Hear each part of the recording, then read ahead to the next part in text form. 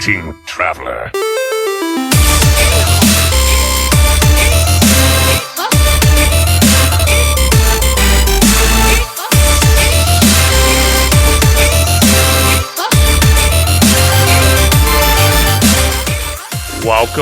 Welcome, everybody, to Born to be Wild, a Hearthstone podcast, a Wild exclusive Hearthstone podcast on the Information Superhighway. I am your host, Craig of Canada, and I am joined, as always, by the man, the myth, the lawyer, Nate Wolfe. How the hell are you, Nate? I'm doing great. I'm very excited for new cards to be out and happy to be reunited with our buddy Danny. So, Danny, thank you so much for being here with us today.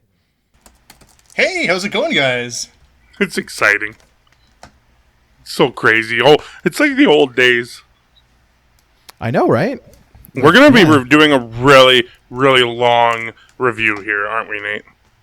Well, there's quite a bit. I mean, it's like a whole normal set plus a whole nother class plus a basic set plus new priest cards. Like, there's a lot. It's divided by... No. Divided by 3. Okay, so, Nate... We're here to do it. We have no time to waste. Danny, how was your week?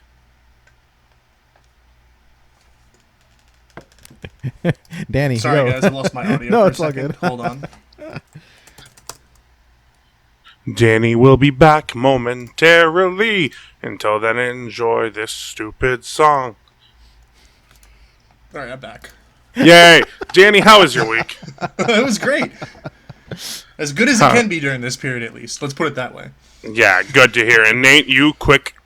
Yeah, it was fine. Doing fine. I'm as well as can be, healthy and safe. So that's what matters. And since you asked, my week's been going great too. Anyway, it's time for the news.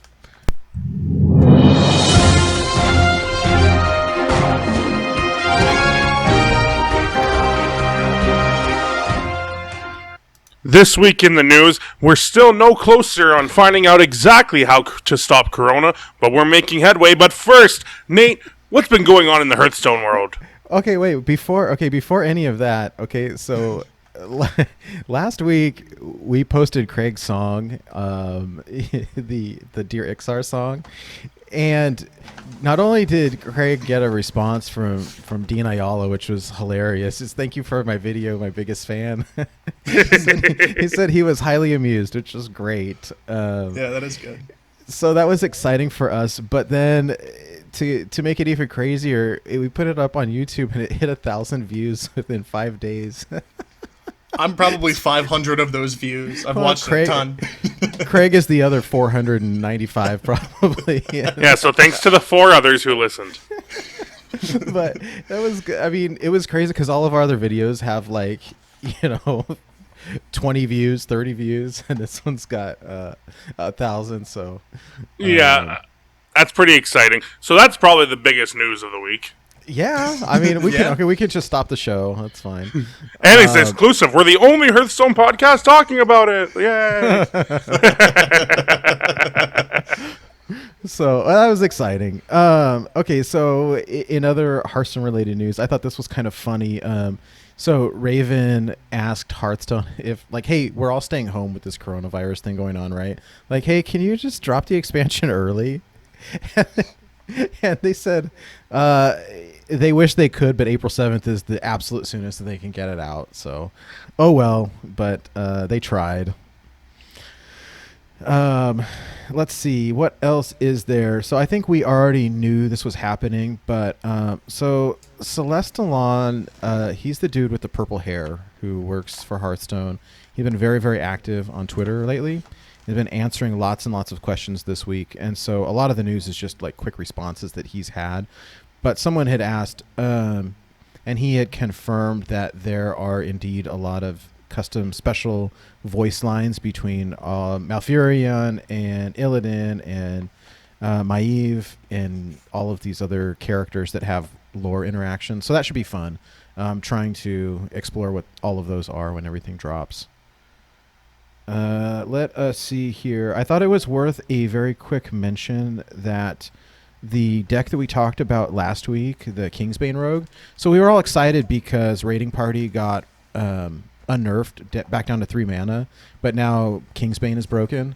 So unfortunately, well, for good or bad, I suppose, when the durability hits 0, it is bugged to be permanently zero. Yeah.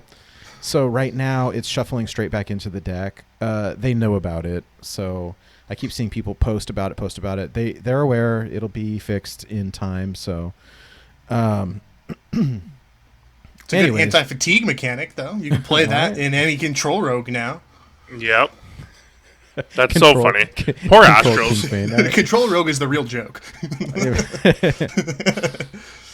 I always kind of love all the bugs that come up when they do big stuff like this. Like right now, our rank's not showing is so fun. I'm the rankless. Yeah, that's pretty good. What I do like, Cora said today, like the devs really appreciate people finding the bugs and tagging them on Twitter so that they find out about them quicker. It just makes reporting faster, and so it's actually been good. So we'll see, and hopefully they'll just do a hot fix.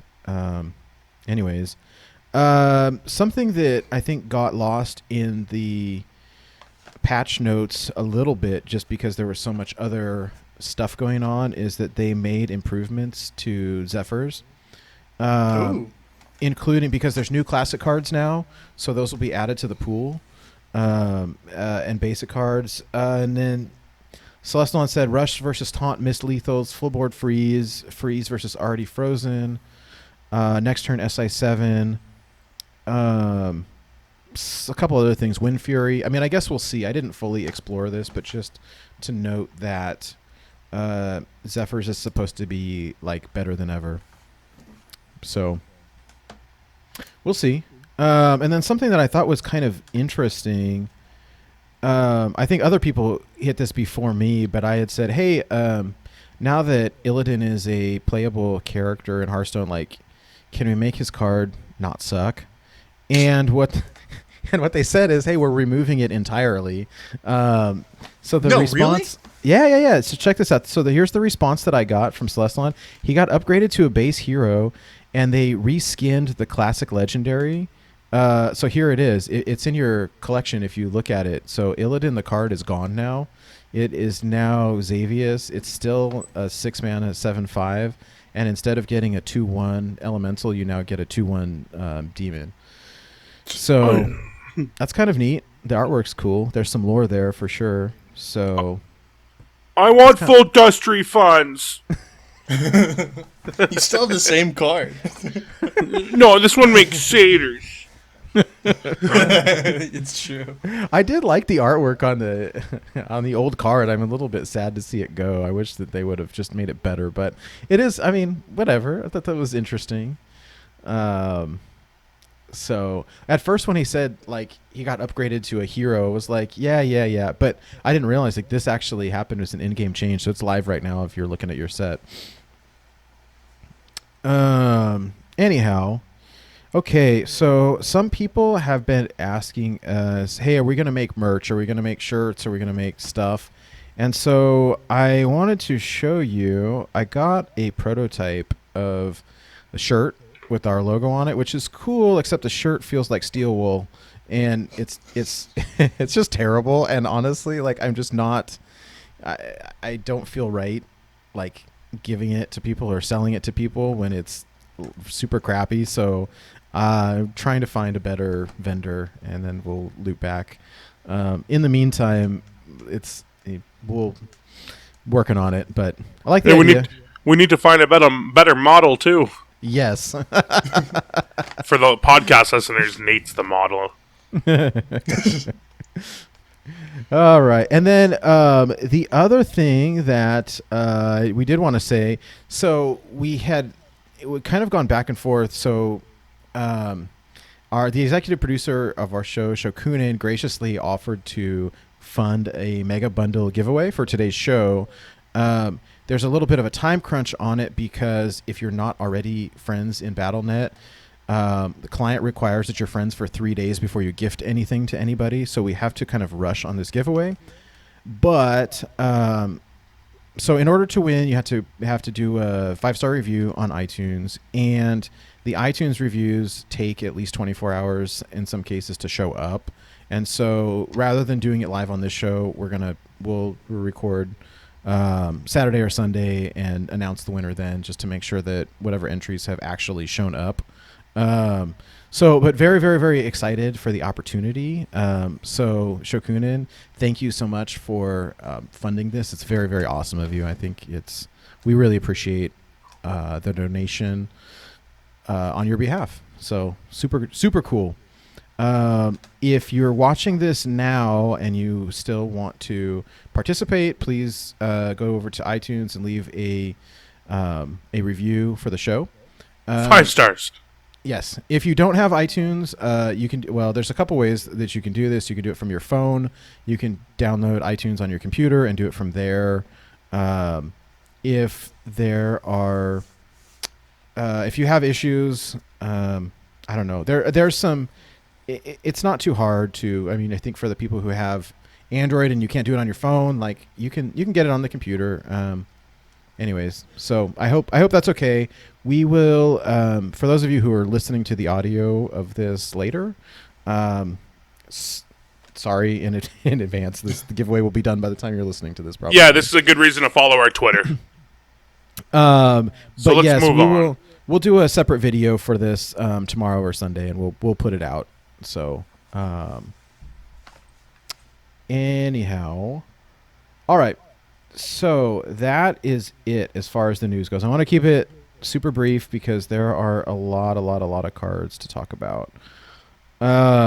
So first up, the Priest set got a new kind of batch of cards. There are, I believe it is four new cards to the classic set and 2 basic cards.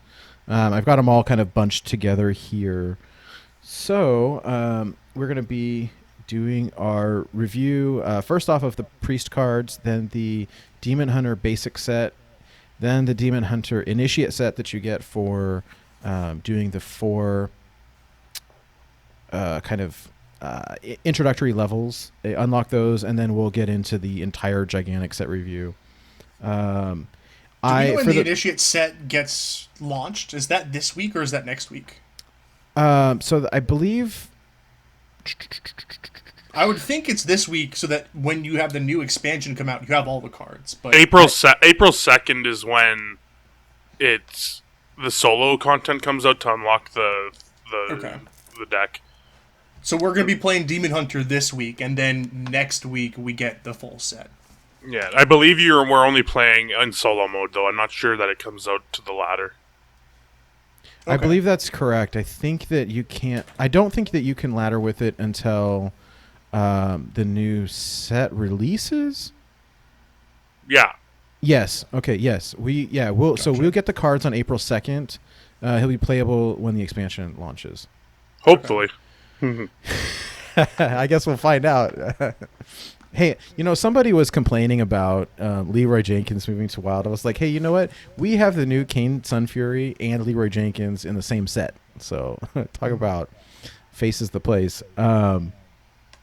Anyhow, one last thing I would recommend to the people who are listening to the audio-only version of this that you may want to check out the video on YouTube, just because we'll have all the cards on screen while we're talking about them. That may maybe make it a little bit easier to follow along. Yeah, we'll still read out what every card is and does as we go. Yep.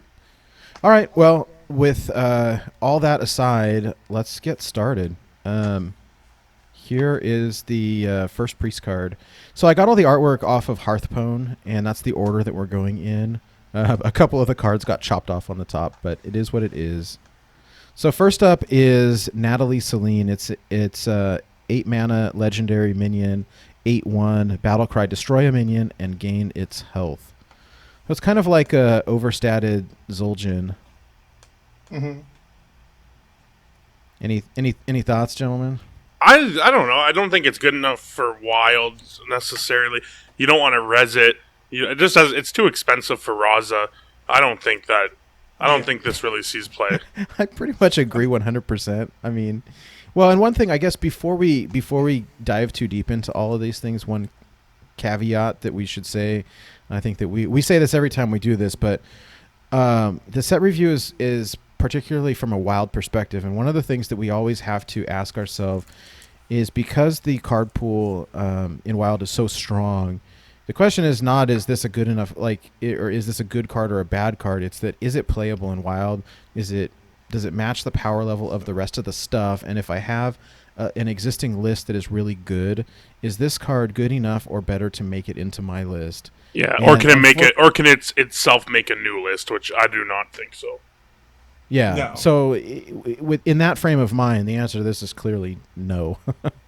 Fine, Yeah, Natalie. but I mean, you got to think that this card is being a replacement for like the classic set. So inherently, this is what Velen was supposed to be, and then Velen was like, it enabled you with some combo stuff, so that's why this was getting rotated out, and this new card appears. So it makes sense for like, hey, I'm a brand new priest player, I'm a new player to the ladder, and I get this card, and this is good in tempo decks. That's one of the things where this goes 1-for-1 with a card where it kills something, and then it trades into something else. So it's a 2-for-1. So as a basic, if we were playing tempo priest, this would be really good. But there is no such thing as tempo priest. Well, that's true. And I mean, I think as a newer player, or I think what they're trying to do is stick a little bit more closely to class identity as a thing. And so this matches more closely with priest as a class identity. Kind of. So it's yeah, kind of. Priest doesn't usually destroy anything with no conditions, but whatever. Yeah. Cool card. Speaking of destroying things. So well, let me ask you: are you wanting to score all of these, or are we just gonna chat about it and move on? Oh yeah, I'm down. I give this one. Yeah, I'd be down to do that. Oh yeah, you know what? We might as well quickly use the scoring order that we have in our spreadsheet. So, kind of what we have here is 1 is unplayable, 2 is fringe, 3 is playable, 4 is powerful, and 5 is busted OP. I'm going to give this one a 1. Yep. I will mirror you on that one, Craig. Give it a 1 as well. Yeah. 1 donut out of 5. All right. Yeah. No, I think I will follow you guys as well. I don't think I can't picture myself really ever playing this, unfortunately. So, all right. The next one up is a 4-mana epic, Shadow Word Ruin. Destroy all minions with 5 or more attack. So, I mean, this is essentially Shadow Reaper Anduin minus the hero, right? I mean, this is... I kind of like this card, actually. Yeah, it's a very interesting card because a lot of the issues you run into with Priest are their board clears, where you get good board clears on turn 5. You have Mass Hysteria, and then you have Excavated Evil that you can play on 5. So whenever you're playing like a Raza Priest and you're facing down aggro, you typically, unless you're running something like Shadow Word Horror, which isn't meta appropriate at the moment, like you have to wait till turn 5. But the issue is that the minions that you're going to stick on board, typically turn 4, there are not that many 5 attack minions that are there. So it's interesting where this is more like a mid-game card that allows you to get more tempo, but it's not something that staves off the immediate priest issue where if I'm just getting burned out by Secret Mage, I can't use this as a board clear on turn 4 unless like they got a ridiculous start, and I mean that's good, but if it's just a normal Secret Mage, like I don't hit any cards with this. So yeah, it's very interesting from that perspective. But I mean, it's very good. It shows that like the hero power of Anduin, if you were costing the 2 cards separately, that cost 4 mana to just do that. And I think that this is very understated for the effect. Yeah, it's. I mean, I think the scary part is right. Well, maybe that's the wrong word for it, but I could see putting it in a deck, maybe a Reno Priest deck or something like that, and then a good chunk of the time, it's you're never going to use it. I like it because of I think it's more of a meta card, right? I don't think this is stock in list, but if you're seeing a ton of Darkest Hour Warlocks or something along those lines, that's when I think this card really shines. Yeah. Oh, it beat up even Shaman pretty good, and but a lot of other stuff maybe not so much. But I don't know. I mean, I like it. I think for me, it's like a 3. Yeah, I'm around there. I'm somewhere between 3 and a 4 right now. I think Yeah. that you probably will still run it, so I'm going to probably give it a 4 here. Because, I mean, if this hits 2 minions, like, it is well worth running. It's kind of like a Shadow or Death in my mind that cost 1 more that has potential to hit more cards. So, Well- from that perspective, it's like... Or, no, it costs 2 more now, because Shadow or Death changed. Yeah, but we But- can probably just value it based on what we've known of Shadow or Death. Yeah, I mean, Shadow Word Death on 3 mana was fair enough. You were happy using it for that, so I'm perfectly fine with this. I'm actually going to give it a 4. Yeah, I could see it. I mean, I think it's definitely playable. I like it. I mean, as opposed to the other ones that I probably won't use. This is a 3 for me, maybe a 4. I think I'll keep it as a 3, but I Yeah. appreciate the 4. And I'm giving it a 3 for playable, but every time you play it off of Zephyrus, it'll be a 5. Yeah, so that's a big thing. You're definitely getting this off Seth. Yep. It's a very good card off Seth. All right. Next up, 2 mana rare Cole Tyron Chaplain battle. It's a 2 mana rare 2/3 battle cry. Give a friendly minion +2 health. So I think that some of these minions we got because we saw Shadow Word, or excuse me, Power Word Northshire Shield. Cleric, right? Oh, sorry. Well, Yeah. Northshire Cleric is gone. Power Word Shield got changed. I don't remember if it's gone or not. Yeah, Yeah, I don't. It's still around. It's 1 to 0 now, but it doesn't draw a card. It's yeah. So I Does mean, anyone think this it's- is anything? It's the divine. Sorry, I'm thinking it's the divine spirit inner fire combo is gone from standard. So when we see cards like this adding health to minions, I think it's to kind of alleviate getting rid of that combo from standard. Yeah, I just want to cut you off real quick and say I don't think we should decide exactly why the card was printed, or we're going to be here all day. I think we need to kind of evaluate it and see what will it do for us in Wild, and not worry about its implications in Standard and design philosophy as much. Sure. Fair enough. I think the stats are not bad. I don't know. I think I this think- is probably playable in Inner Fire Priest. So I that's agree. maybe it's playable in Inner Fire Priest. It's something that, like, the card effect as of like, if this was in any other class, I would be pretty happy about this, because a 2 mana 2/3 that gives 2 health, like, this helps any zoo deck. Like, if Warlock was to get this card, I'd be super excited. But Priest just doesn't have something along those lines. Yeah, I'm personally going to give it a 2 for Fringe.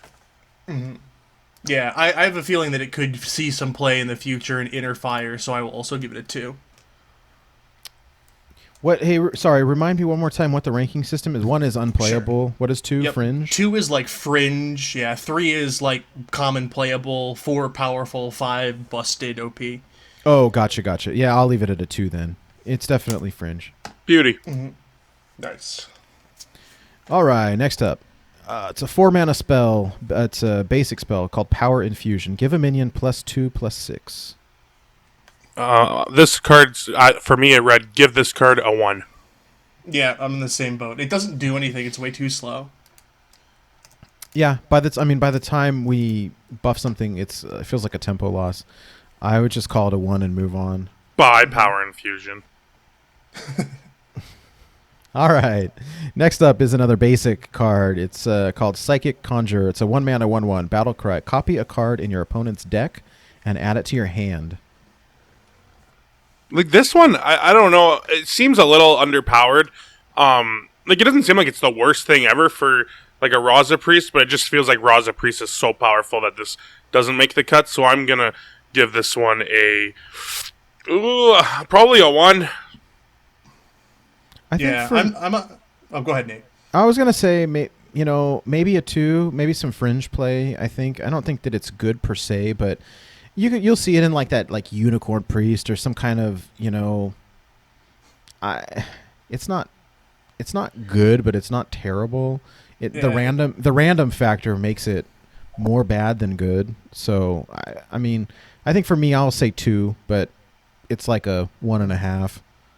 Yeah, it seems to me like this is some sort of tempo priest card, and I don't think that Tempo Priest is anything that's going to pop up in Wild anytime soon. It's more or less where they're taking the direction of Standard, though. So I'm still going to give it I'm going to lean towards the 1 on this one as well, just because we're never going to have it see play unless we just need cheap things in the deck for our Raza Priest. But we have enough cheap spells at this point, and we're not playing like the Lackey Generator for 0 mana, so I think that gets played before this.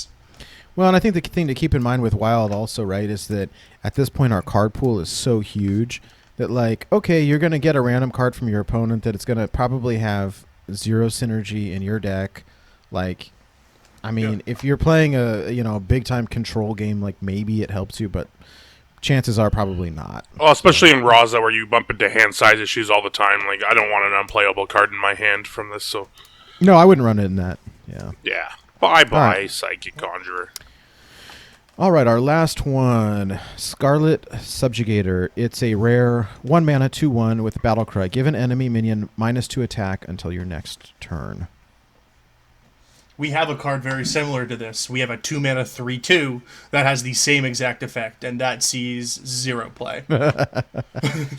Yeah, I'll give it a 1. I agree. Yep. So that's the changed or the new priest cards. Right.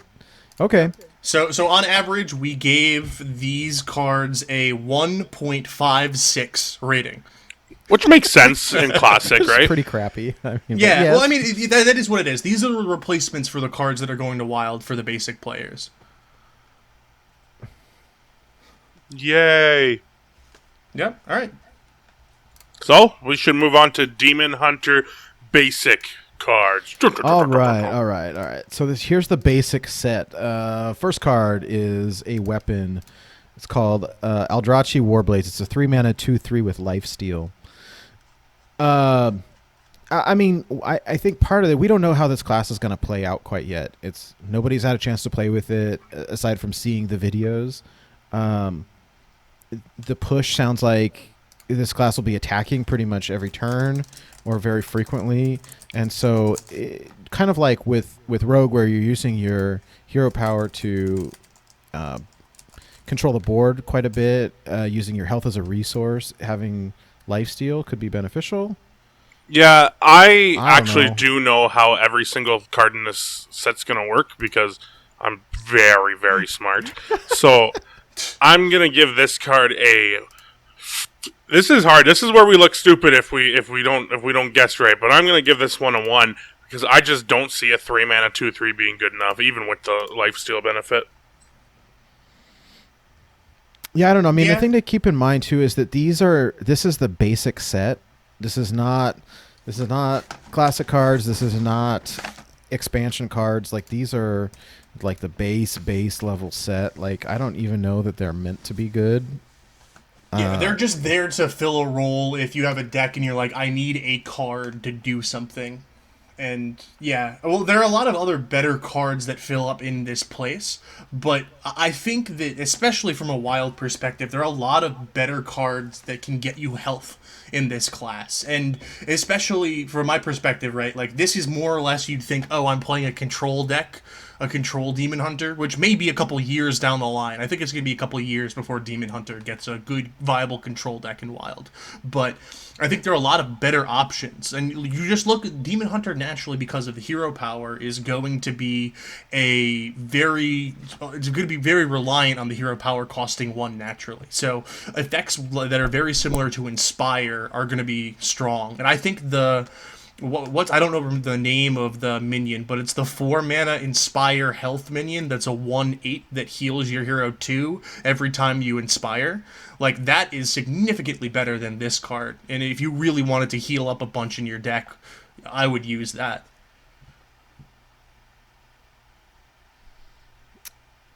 Hey, we lost Danny. Oh, did I get kicked? And we lost Craig too.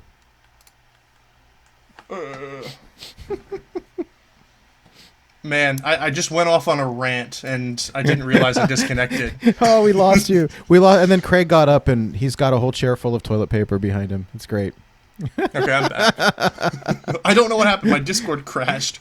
Oh no. Okay. Well, you're back. Okay. I was going on a whole rant. But summarize. There's a 4-mana Inspire card that heals you, and that's just a lot better in any control Demon Hunter type thing, which won't exist for a couple years.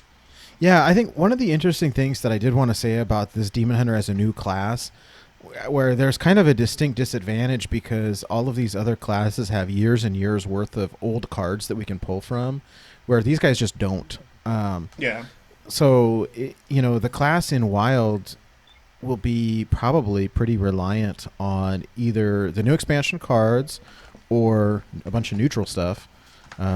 So I will see. I mean, I don't really know what to expect yet, but I'm not expecting a whole lot. I don't think that this card is necessarily bad from a stats line, but I don't think that it's great either. I mean, I think it's bad.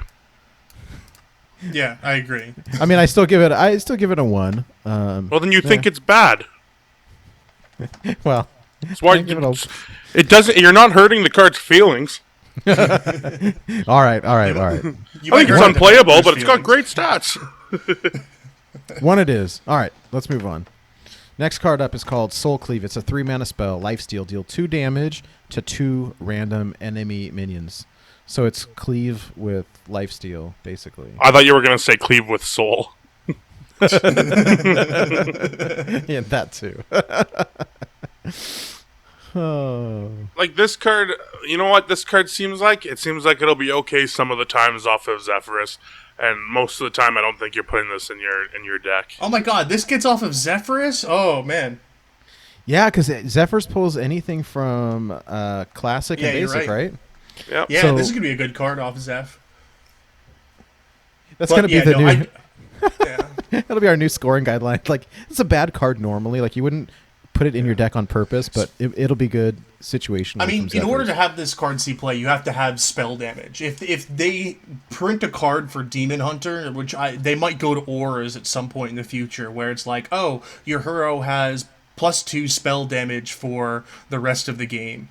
So it's like, then all of a sudden this becomes deal 4 damage to 2 random enemy minions, heal 8, which is really strong. Yeah, we'll see. I think for now, I'm thinking 2 right now. All right, like I say 1. Yeah, I think that for this set coming out, it's going to be a 1, but it's going to be a 2 potentially in the future. It has upside. It has potential for upside. Mine's a low 2, but it's still a 2. Sure. All right. Okay, our first minion. It is called Glavebound Adept. It's a 5-mana 7/4 with a battle cry. If your hero attacked this turn, deal 4 damage. This is cool. I do like it. I mean, so I think one of the things that the class has going for it is that the hero power only costs 1. So it's a lot easier to trigger. We've seen a lot of the cards that do damage as a battle cry, like the eel in even shaman, whatever it's called, or the elementals or stuff like that, is pretty strong. I think this compares a lot to Firelance Portal. Like, it's a mana cheaper, but you're like always gonna get a decent body, and you can take 4 damage and you can put it to their face or their minions. So with this card, I'm gonna say I'm gonna give it a 3. I think it's playable. I don't know if it's gonna be good, but I think it's playable. Yeah, my comparison right now is to Blackwing Corruptor, which is 5 mana, 5/4, deal 3 damage if you're holding a dragon. So I think the condition of holding a dragon is probably worth about a mana.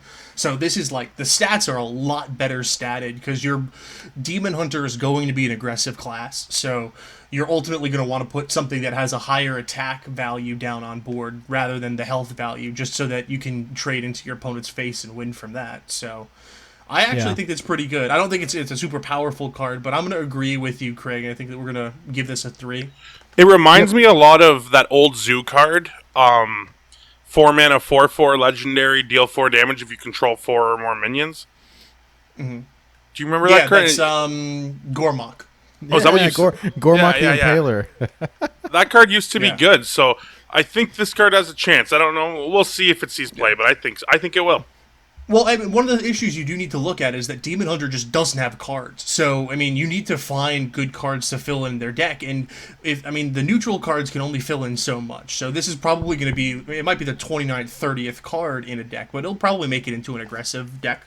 It'll probably be your top end if you're doing something, right? You play Leroy, you play this. That'll probably be your top end of the deck. Yeah.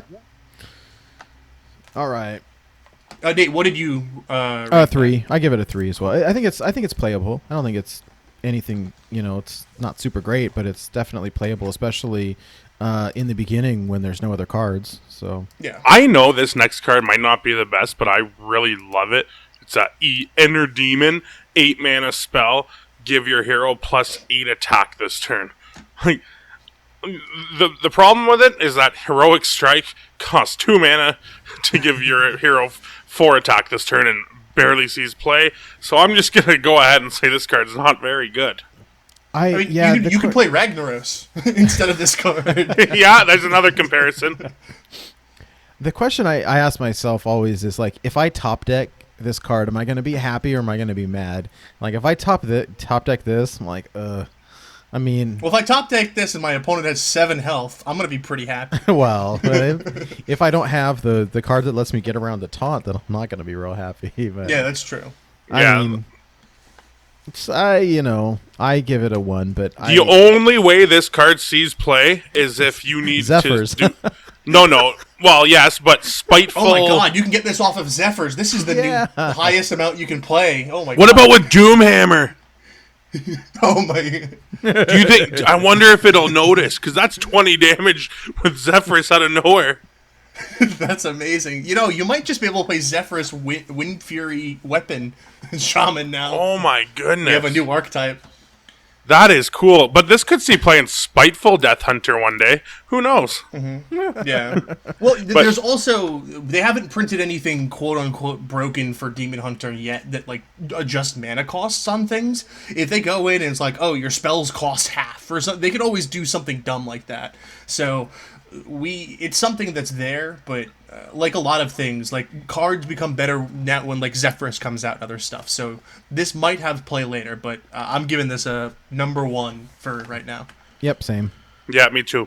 Me 1. Yep. All right, number 5. This is a minion. It's called Satyr Overseer. It's a 3 mana 4/2. After your hero attacks, summon a 2/2 Satyr. Satyr. This is a demon also. Yes. I don't like it. The stats aren't the worst in the world, but I don't like this card. Not even what? I'll give it a 2. It's fringe for Craig. I'm still giving it a 1. I think there are better 3-cost minions that you can just play. If you're trying to play any aggro deck, any tempo deck, there are much better minions that are there. It does synergize with the hero power, which is very nice. But this is a basic card, so I'm giving it as that. It's never gonna live either. I changed my mind, Danny. I want to give it a 1 as well. All right, 1 it is across the board. Yep. All right, this one is very interesting. I'll jump on this one. Chaos Nova, a 5 mana, deal 4 damage to all minions. Dun dun dun. This is actually, like, one of the strongest board clears that we've seen. Like, this is just generally... If this was in any other class, I'd be super excited. Like, this is probably what's going to push the first reason we push Demon Hunter as a control class. But I don't think we're there yet. I don't think that there's enough tools nor a win condition that's good enough for Demon Hunter. But... this, as we said before, this is going to be a great Zephyrus card. This is probably the best card you can get off of Zephyrus. Yes, that's so cool. I never thought. I never thought of that one. Yeah, I'm going to give this card a 2 because I don't think that any control Demon Hunter class is possible, but.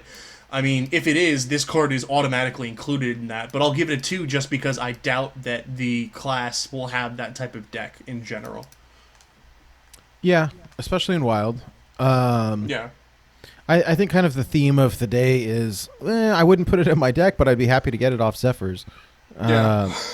I'm giving this one a 2 as well, and I think it's going to see a little bit of play. I think there will be a control deck that's like tier 5. You know, like it's not going to be good. Yeah, that's a 2 from me, dog. 2s for all. Yep. Oh, okay. I want to talk about this one though. I think this next one is pretty interesting. So it's called Sightless Watcher. It's a 2-mana 3/2 demon battle cry. Look at 3 cards in your deck. Choose one to put on top. So for those of you that play Magic, it's essentially a scry, which is really crazy. Where this is the first time ever in Hearthstone where we have been allowed to choose what you're going to top deck the next turn. So this isn't like look at 3 cards and guess one. Like this is pick what you want on top. I love this. I absolutely love this. I'm maybe the disagreeer here, for lack of a better word, but I think this card's gonna be not too good. Like the only time I see this card seeing play, or the only time I see this card being good is when you have a deck that's like really reliant on finding a certain piece by turn 3 or 4, like a kind of like a combo deck, like the way that maybe Oaken Summons is super important to Druid type of thing. Because I just think that I'd rather play Novice Engineer a lot of the time over this. I'd rather play Loot Hoarder over this. Like I'd rather play cards that are gonna draw me cards. It's just a 3/2 that maybe smoothens out my draw like 1/3 of the time. So I don't know. I don't think it's going to be that great. It's a 2-mana 3/2, which might be good enough. It's a demon, which might be good enough, but I don't think the effect's putting it there. I think for me, it's like the interesting factor. I also think that, I mean, it's basically tracking without the discard on a body. Tracking doesn't. Tracking draws you a card. It's so different. It's true. It's true. You get this next turn. I think for me, I like the idea of it. I don't know. Like, I think the difference between those 2 cards, though, is that tracking is an incredible top deck. This is a terrible top deck. I don't agree with that. I mean, late game it's not fantastic, but you can at least set up, you know the situation on the board, you know what your opponent's probably going to pull, and then you get 3 options. Okay, well, I know I'm going to draw this next card coming here, so you can plan your current turn out based off of it. So the difference between this and Novice Engineer and Loot Hoarder is just that you can continue playing for tempo with this card. I think that this card is more or less going to be a good card in control and mid-range decks for the class. The aggro, I mean, in a control deck, right, where imagine you have the choice where you play this card and then you get the option for what do I draw next turn? It's going to be turn 4. It's turn 4 right now. I play this, I play another 2-drop, and then I have the option to pull a Chaos Nova or some other thing in like a big late game drop and then whatever garbage on the 3rd slot. It's like, oh, well, I know that I'm going to have to clear the board next turn. So I think that just for tempo, right, it's like, okay, I can play this, not be too mad that I spent 2 mana for a 3/2, and then be able to pick what I'm doing later on in the future. I don't think it's great, but it's a tool that the class is going to need because it doesn't have any control tools whatsoever. All right, makes sense. All right, I'm going to give it a 2, and I'm hoping that it's better than that. Because I do like the card, but I just don't think it's good. Yeah, I'm going to agree with you, but on the merit that mid-range and control are not going to be a thing. Later on, this is just going to get better. Yeah. I mean, I think a 2 works for me as well, where most of the interest for me is just excited about the effect, but how practical it actually is going to be a completely different story. Yeah, the effect is definitely super cool. Yeah. All right. Next up, 2-mana spell called Chaos Strike. Give your hero +2 attack this turn and draw a card. I love this card. I really like it. I think it will see play in a variety of decks. I think you play this over Novice Engineer every time. I don't know about aggro, but I do think this will see some play in the initial builds, and like, you know, these next few months, I think this card is a playable card in the set. That's how much I agree with you. I mean, that's how much draw a card is worth 2 mana, right? Mm-hmm. So this is draw a card plus get 2 attack, which this hero wants to be doing anyways. So I don't know. I mean, it makes sense. I like it. Would you prefer to have a 1/1, or would you prefer to have +2 attack? I think +2 attack, especially in the early game when you're fighting for board, is really good. So Yeah. I think that, I mean, Novice Engineer is what? I wouldn't say it's powerful. It's between a 3 and a 4 for me. I'd probably give this a solid 3, pushing on 4. I'm giving this a 4. I think it's... What's 4? Really good? 4 is powerful. I think this card is powerful. Yeah. All right. I give it a 3, but I like it. Cool. I like it. I'm an optimist on this one. Yeah. All right. Next up is a 3-mana spell called Coordinated Strike. Summon 3/1/1 Illidari with Rush. I give it a 4 because I think this card is going to see play in every single Demon Hunter deck we see. Every single one of them. Yeah, well, I agree with you on that. I mean, you compare this to other powerful cards in tempo-based decks. You're looking at something like Muster for Battle, which instead of giving the minions Rush, you get a 1/3 weapon. I think that Rush is probably good enough on this. I mean, you against like control-y style decks, you're just getting 3 minions out really early, which we've seen through like Muster for Battle is strong. The class has synergies with things dying, and that's something that we'll see in the Initiate set. So that's good as well. I think that it's going to be strong, but it is a tad bit like on the slow side, because for like with Muster for Battle, you're just playing the 3 mana on turn 3. You're typically playing like a 3/4 worth minion, and then against a 3/4, this doesn't line up super well. So, yeah. I mean, I think it's going to be played because you have to play it. But I'm going to give it a 3 on this. I say a 3 as well. I mean, I think that you have the stats, right? The Rush is nice. Where I really think that we get the kind of bonus here is with the synergies with the rest of the deck, where there's synergies with things dying and drawing cards. There's ways to buff your tokens. So I think that this will work out just fine. I don't think it's OP or super powerful, but I think it will be at least at the beginning played pretty widely. So it's a 3 for me. Yeah, I think this card will see play for years and years to come. Mm-hmm. I said 4, right? Yep. Yes, you did. Perfect. All right, here's the last card of the basic set. There's a 1-mana minion called Shadowhoof Slayer. It's a 2/1 demon with the battle cry. Give your hero +1 attack this turn. It's pretty much a free 2/1, right? Because normally you would be hero powering on 1, but it's like a free 2/1. I like that. Yeah, and the demon tag is relevant. It's like, I don't know how relevant, but I'm sure it's a little relevant. Like maybe eventually down the line anyway. I like it. I don't think it's like overly powerful. I think it's more than fringe. You know what I'm going to say? Playable with the 3. Yeah, I think that in any aggro deck, this is a good 1-drop just for the class generally. I think I'm going to mirror you on this because, I mean, I'm thinking just how I play my turn out. I miss my 1-drop, or I play this on turn 1, and then if I have it again in my hand on turn 2, this turns into play this hero power. All of a sudden, I have a 2/1, and I'm attacking for 2. Like, 2 mana for a 2/1 +2 attack, I think would be worth 2 mana. I think that's a good 2 mana card. It's not resilient on board, but it trades up into some of the minions that your opponent's going to play on the 3/2 stat line. So, I think and like it is reach late in the game too. Like it's a very small reach, but it's reach. You know, there's always it's something. Mm-hmm.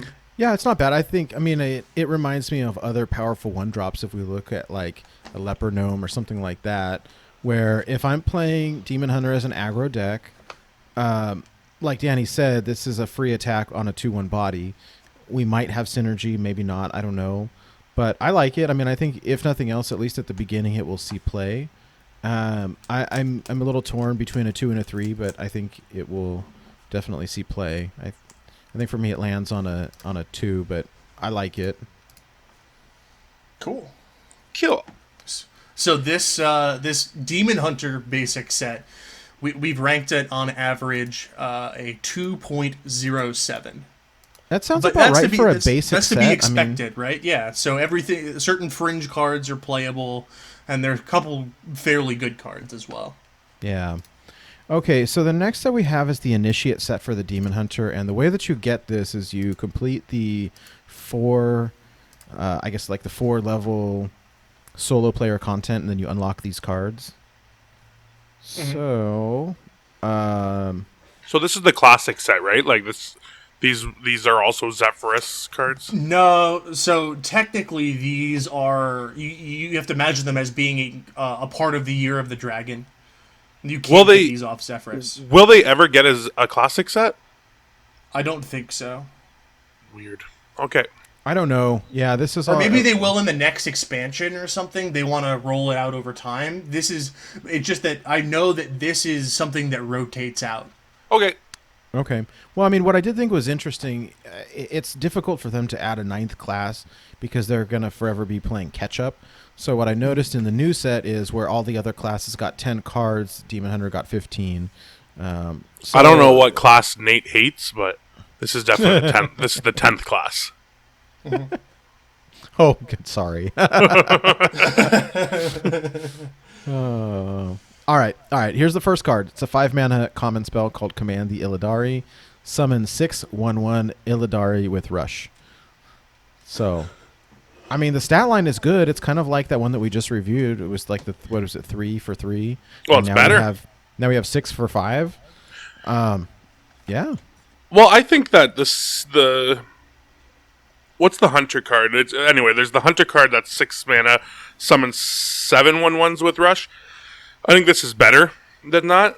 At 5 mana for 6/1/1s with Rush, and especially with all the synergies with your minions dying in this class. So I think this card is going to be a 4, a strong 4 too. Like I can almost see 5, but I don't think it's busted OP. So I'm gonna go with a 4 and say it's strong. I see this as just a very versatile card. It can be used as 5 mana, deal 6. I don't see this being played in the aggro decks, which is why I'm going to put it as a fringe card. I'm going to put it at 2, but I do think that later on this becomes a better card. The only thing is, like, I'm thinking about playing like Cult Master in some of these decks now, where like just for rapid draw in the class, I have a lot of things that I can rush, and if I have a Cult Master Stay Alive on board and then I play this, I draw 6 cards. Well, and remember they have a 2-mana spell that is Cult Master, don't they? Yeah, pretty much, yes. So that's one of the reasons. That's one of the reasons why I think this card is going to be good. But I don't think that any of the iterations of the deck that we will see in this upcoming set, we will see this. But I do think it's going to be eventually a good card. I'm gonna give it a 2. Cool. I'm gonna kind of split the middle and say it's a 3. I think it'll be playable. I don't know. I'm a little on the fence, but Awesome. all right. When do you guys want to take this? I'll take it. It's I love this card, by the way. Twin Slice, 0 mana spell. Give your hero +1 attack this turn. Add a second slice to your hand, which is also 0 mana. Give your hero 1 attack this turn. So this is basically like backstab, right? Like it has downside, but it also has upside. I really like this card. It's super versatile. It can maybe one day help like Gadget Sand work in this deck if you ever have a combo that you're looking for. Like I think this deck is I'm gonna actually give this card a 5. I think this is busted. I think this will see play forever and always. Yeah, I'm on the same boat as you with this, because eventually there will be a combo deck for this class, whatever it may be. And it most likely will run Gadget Sand based off of how many cheap spells on 1 mana it already has. Add in that your hero power costs 1, and these you can use them in conjunction with each other. So, like, this is going to be a very good card. I still don't see this becoming... I don't see any combos. I can't big brain this enough to come up with a combo for Demon Hunter yet. But I'm going to give it a 4 just because of that. But, I mean, eventually this will be... I think you probably run this in every single deck you play. Yeah, I think so too. For me, I'm going to give it a 4. I think that essentially it's a 0 mana +2 attack. I think historically, anytime we see anything cost 0, like, it's always busted. So, you know, there's a lot of different reasons for that, whether it's with Auctioneer or with some other wombo combo down the line. But anytime anything is 0, I think for me is like super powerful. Do you know what like is even better than 1/0 mana spell? 2/0 mana spells? Yeah, especially when it only costs you 1 card. That's what I think this card has that no other card. There's not another card in Hearthstone that's 0 mana.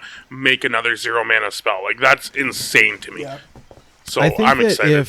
I think that if combo was a thing in Demon Hunter, this would be absolutely broken.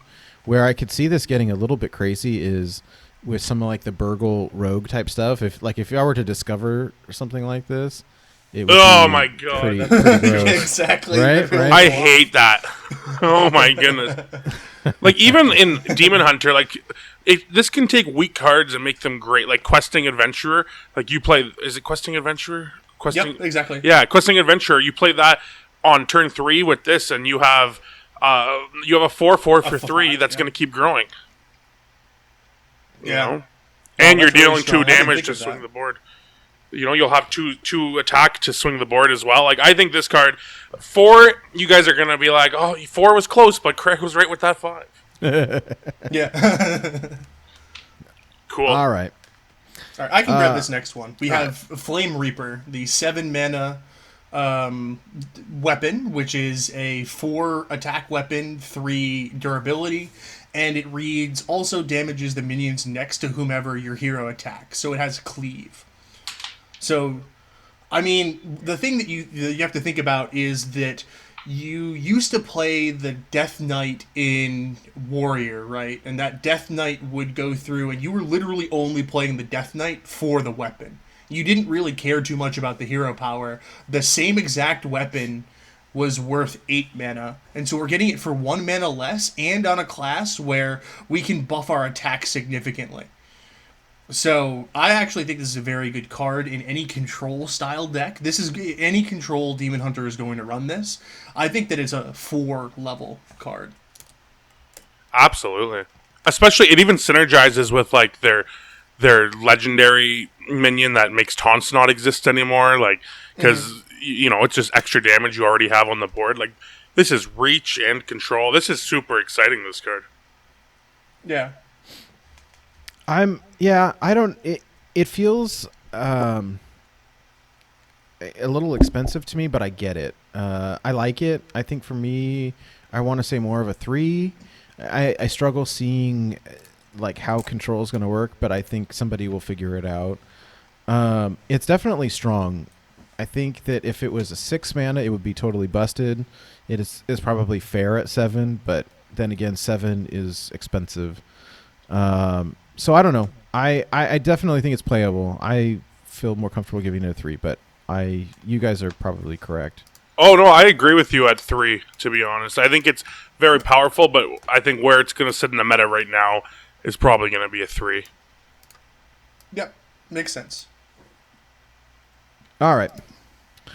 Next up, we have a minion. It is called Battle Fiend. It's a common. It's a 1 mana 2/2 demon that says after your hero attacks, gain +1 attack. Wow. Yeah. You know, like it's Flame Imp with, like, it's basically Flame Imp. Like, it's not quite as good in some ways. Like, this card, if it doesn't see play, I'll uninstall. Like, I'm giving it I'm gonna give it a 4 because it snowballs too, which is just ridiculous for a 1 mana minion to be already a 2/2 and then snowball as well. So I like it a lot. Yeah, I think for me, I like it. I don't know. I think I'm comfortable with it as a 3. Like, I don't think it's busted, but it's very close. I mean, a 1 mana 2/2 is like a vanilla is good on its own, but this has the demon for any synergy. Plus, you're going to be like with the hero power only costing 1, you'll be attacking a lot, and so very, very, very frequently, this is not going to be a 2/2. It's going to be a 1 mana 3/2 or whatever. So it's definitely strong. I mean, maybe I do want to say a 4. I don't know, somewhere between a 3 and a 4 for me. It's very for a 1 mana. If nothing else, you play it for the tempo, and if your opponent doesn't kill it right away, it's going to turn into a big problem. So yeah, Danny? Yeah, I'm going to agree with you on that. I think that just a 1 mana 2/2 in general would be probably good enough for this class, because you got to remember we're building aggro decks.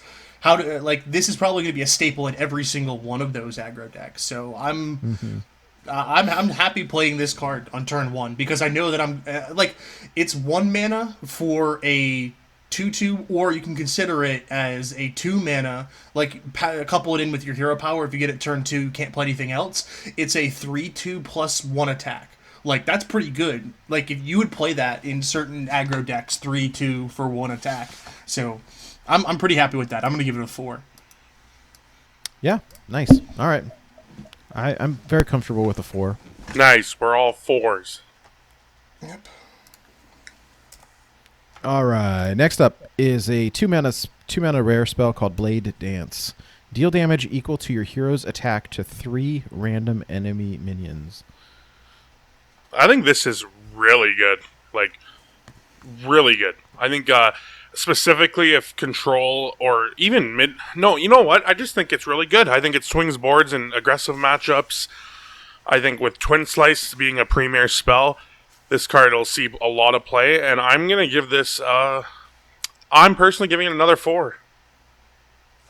I'm concerned a little bit that if you don't have a weapon equipped, it's essentially... I mean, it's a 2 mana whirlwind. Well, it's not just weapons, right? There's so many things that we've already reviewed that are good that buffs your hero's attack. That's true. I mean, yeah, I'm not quite sure how it's all going to play out, right? In order to do 1 attack or 1 damage to the entire board of enemy minions, it's going to cost you 1 for the hero power plus 2 for the spell, so it's a 3 mana whirlwind. But if you've got a weapon equipped or you've got something else that buffs your hero power, it gets bigger. So it could potentially be really good. I think it may require a little bit of finesse to make it work. But with all these, what do they call them, outcast cards, maybe it'll work. I'm cautiously optimistic. I think I want to give it a 3. I don't think it's busted, but I think it definitely sees play. I don't know. So I'm a little bit more hesitant than you are, just based off of when we're building these decks, right? We're building them with the core wild neutral packages, where the standard set is more or less, this is all Demon Hunters are going to have. This, and then the other, and then obviously we're going to have the new cards that are released this upcoming set, right? But I think that Demon Hunter in Wild is going to be less dependent on weapons. I think if we had a lot of weapons in Demon Hunter and they were good, this would be a nuts card. But I don't think that this is something that, I don't think we're going to be playing many weapons in Demon Hunter. I think that we're just going to rely on the hero power for it, and then we'll just be using a lot of really good neutral cards, and there are no neutral weapons. But you don't think Twin Slice is enough to push this card over? I think a Twin Slice is probably going to... the issue is that that's a 2-card board clear, right? Where you can definitely do it, and I think that it's... I just think it's going to be more fringe than not, right? I think that playing 2 spells to clear a board is not as good as just look at the 5 mana, deal 4 damage to everything, right? Yeah. I would much rather have 1 card than waste 2 cards on that. Because you're playing this more or less if you are playing like a control deck, right? I don't see you playing this in like a mid-range style deck. The problem is, if you use this with Twin Blades, you have to draw those cards in order to... you can't rely on it to make this work. I don't know. I mean, or then maybe you play this with your Scry card and it helps. I don't know. I'm giving it a 4, and I'm praying for an I told you so moment one day. Yeah, I'm borderline between 2 and 3, but I think I'll say a 3 for now, because there's still a lot of ways to buff your attack. So what I do like about this card is that it hits enemy minions, not the entire board. It's purely enemy minions. Granted, it does say random enemy minions, so that makes me a little bit nervous, but we'll see. We will see. All right.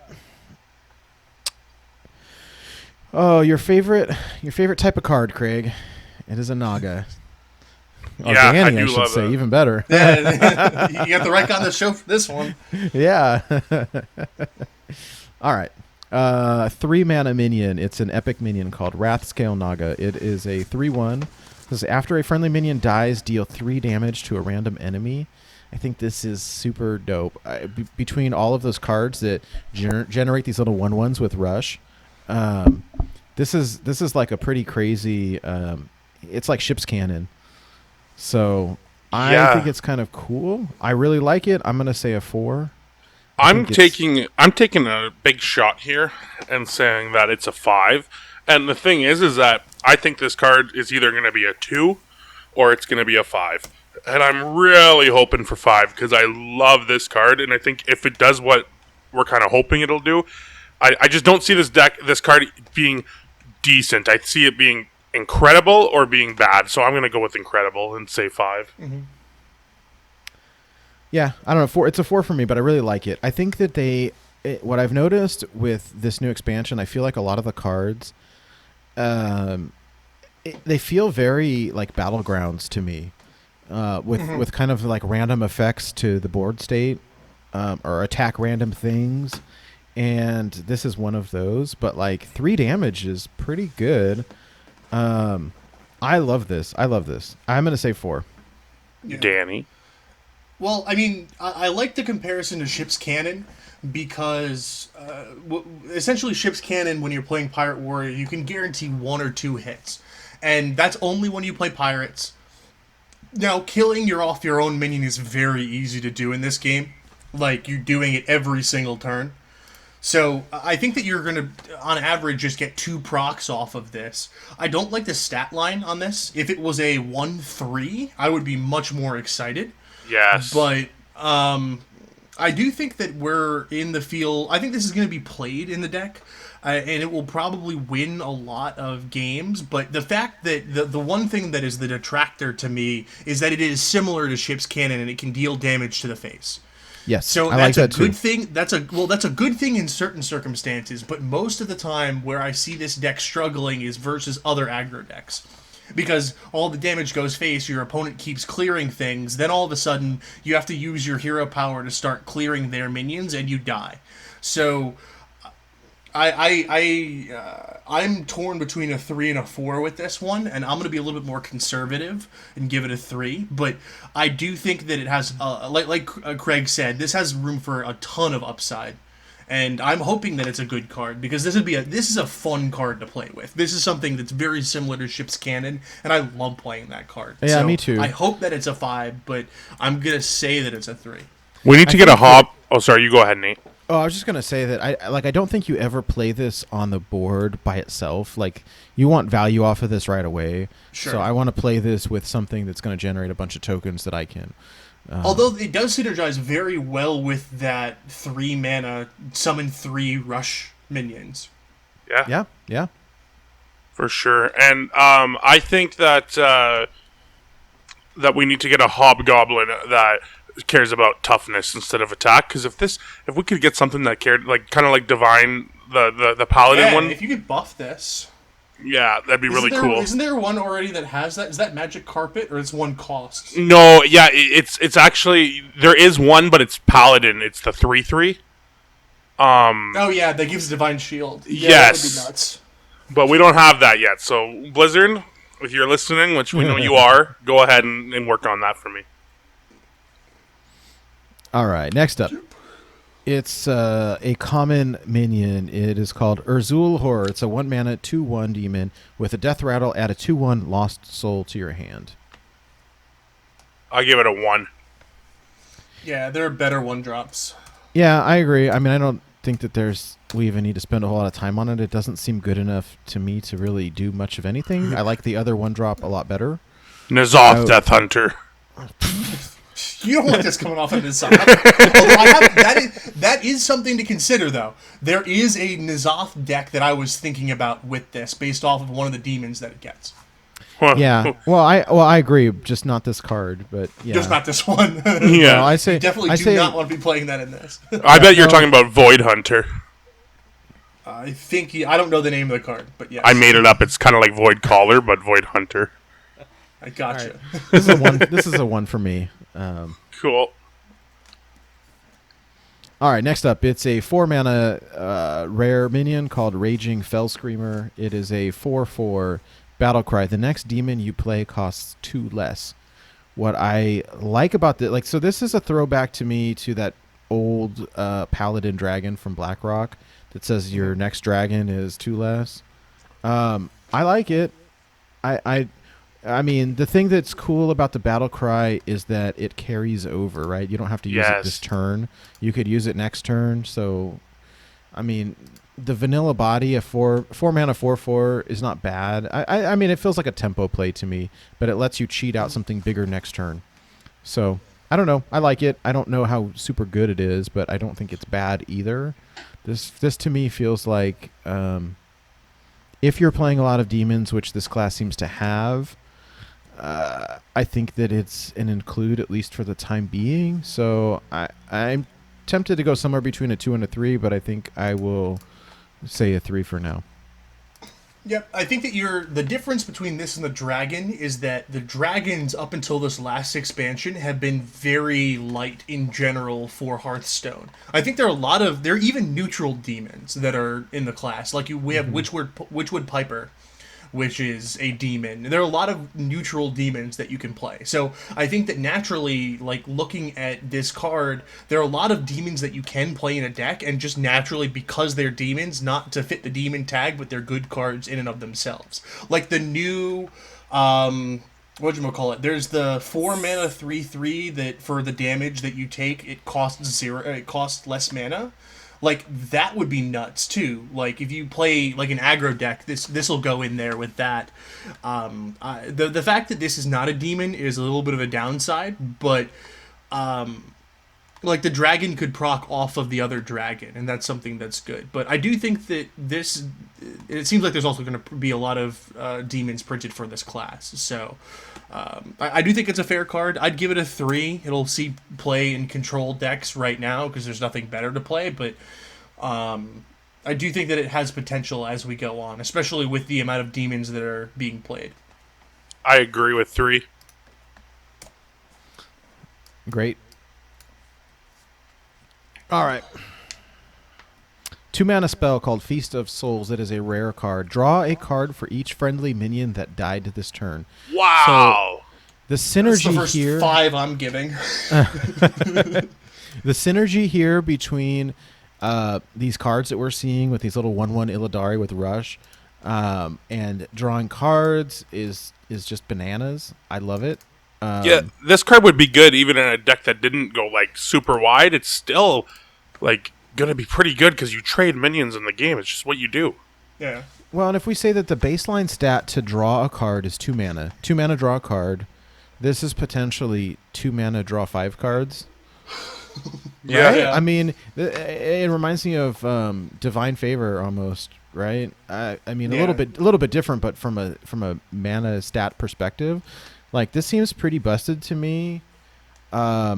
I could see this getting a mana increase in the future. So Yeah.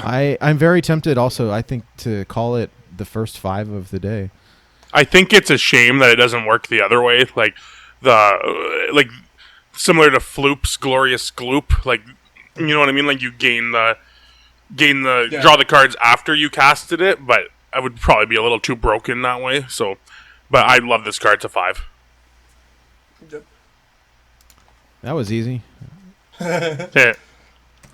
All right, here we get to Our first 5 across the board. Here's the big boy, 8 mana rare demon. It is called Hulking Overfiend. It is a 5/10 with Rush. After this attacks and kills a minion, it may attack again. So this reminds me of that card that people are playing in Quest Priest in Standard, where it's, I don't know, what is it, a 2/10 or a 2/8? A 3/12? 12? I Yeah, don't know. 3/12 sounds right. Yeah, but the stats on here are pretty crazy, and it's you could clear a board pretty easy with this, depending on how it works. I consider it a board clear. I think it's more or less a board clear that could potentially have a 5/3 left over after. So, very strong card in my opinion. Yeah, I like it too. The only drawback that I have, and I'm going to keep saying this for this class, is I don't think there are enough control tools for the class.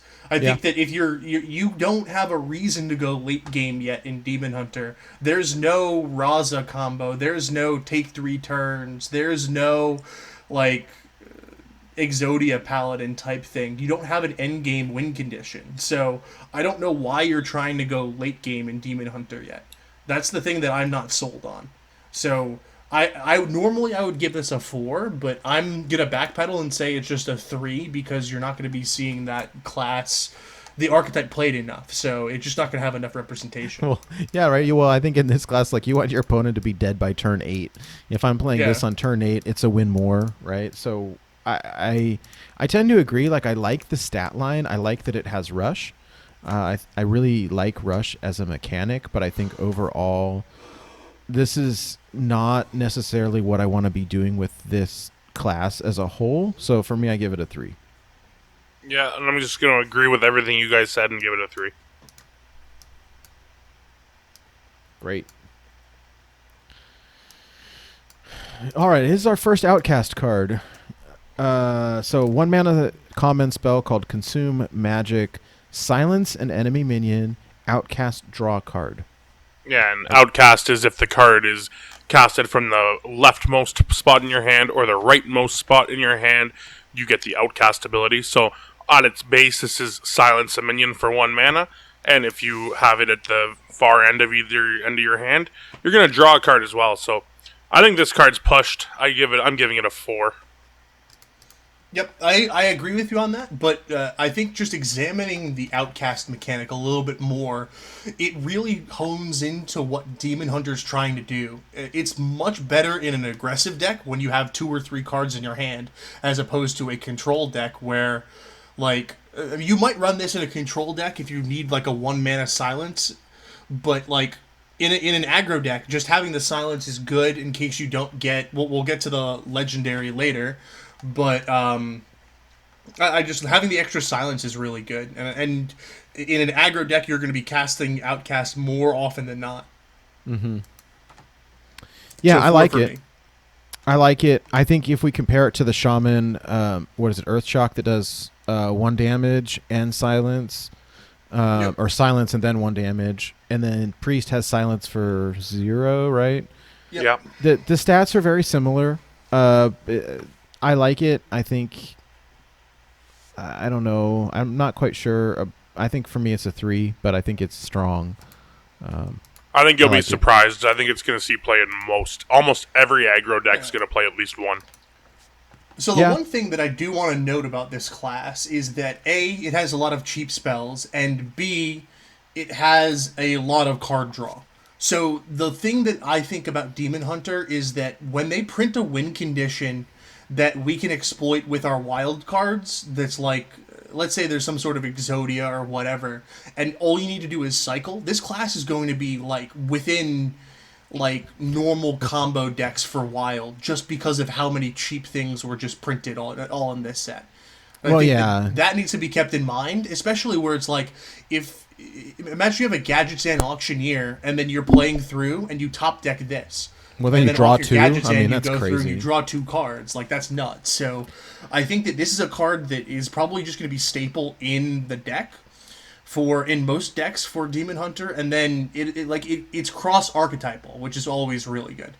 Yeah, no, I think you're right. Maybe I would put it back to a 4, because if I draw this, like, if I top deck this, I'm just going to play it right away and draw another card. So a 1 mana draw card, like, that's... Yeah, and a lot of the time you don't need, like, I would say probably the majority of the time you're not using silence until the end game a lot of the time. So, like, you're not really crying about this sitting in your hand for 2 turns a lot. Like, most of the time you probably didn't need the silence at that time yet. Mm-hmm. And if you need to in an emergency, just playing it as a silence, so your opponent puts down, like, a Mechathune, and they're out of cards, and you're like, uh-oh, you have to go through and consume magic. You play the silence. You're not too pissed off about that. Oh, man, I didn't draw that 1 card, but I stopped my opponent from winning. No, I agree. I'd say a 4 then. Yay. We peer pressured Nate. Peer pressured him into a 4. Hey, you guys talk some sense into me. That's good. Yep. All right. 5 mana epic called Wrath Spike Brute. It's a 2/6 demon with taunt. After this is attacked, deal 1 damage to all enemies. So this it has taunt. If your opponent attacks it, deal 1 damage to all enemies. It's really interesting. It feels kind of spicy to me. I mean, I don't know. I don't know how well it all plays out, but I really like the effect. I think that it's too much control for your opponent. Like, they really get a say in this. Like, they can take all their 1 toughness creatures and swing into it first. Like, so I don't think it's going to be great. I do think that, I mean, maybe if there's some kind of demon synergy deck that it comes into play, like if this costs 3 mana because of that 4/4, it's suddenly a lot better. But I'm going to give it a 2 and hope that it gets, like, hope it sees some play, because it is a really cool mechanic. Like, it just crushes stuff like Odd Paladin hates this card. Like, it should be cool. It's interesting. I don't really know what to even make of it. This is something that we haven't really seen before. I like it, and I'm cautiously optimistic, but I don't know how it fits in with the rest of the set as a whole. I have a question. Now that I read it again, this doesn't work the way I was thinking. Like, if they can't swing at this with a 1 toughness creature. It'll die. The first one they can attack with is 1 toughness. Then it deals 1 damage to everything. Is it that? Oh, because it's after this is attacked. Yes. Yeah, Okay. so something attacks it, it does 1 to everything. Then something else attacks it, does 1 to everything again and again. Yeah. Many times. So it actually could be, okay in a mid-rangey type deck. I mean, if you're going up against like an even shaman or something that has a bunch of or tokens or something like that, it could be okay. I don't think it's good enough. Give it a 2 for fringe. So what do you think, Nate? I'm somewhere in between a 2 and a 3. Like, it feels a little. I'm gonna say a 2 because it feels kind of fringe to me. I think that what it does is very, very interesting, but I'm struggling to figure out like where it fits in and how I would really play it. Okay, so my opinion of this card is that it is probably one of the better cards of the class. I think that this is, in my opinion, I'm ranking this between a 4 and a 5. Wow. Just because, right, think about this. I think that you might want to actually play this in aggro decks as well. Okay. You play this on 5, your opponent, so the health line that you're really dealing with issues with is the 3 mana health line for most aggressive decks. The minions will have 3 health. There'll be 2 3s, 3 3s.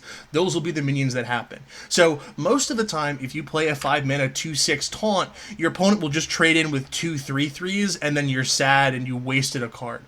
But with this, any 3 you're dealing, most of the time you can't kill this with 1 shot. So this card reads, in my mind, 5 mana, 2/6, take up damage from that, deal 2 damage to every character on your opponent's board. Not just the minions, it does 2 face damage too. So that is built in. In order for your opponent to clear this, they have to take face damage.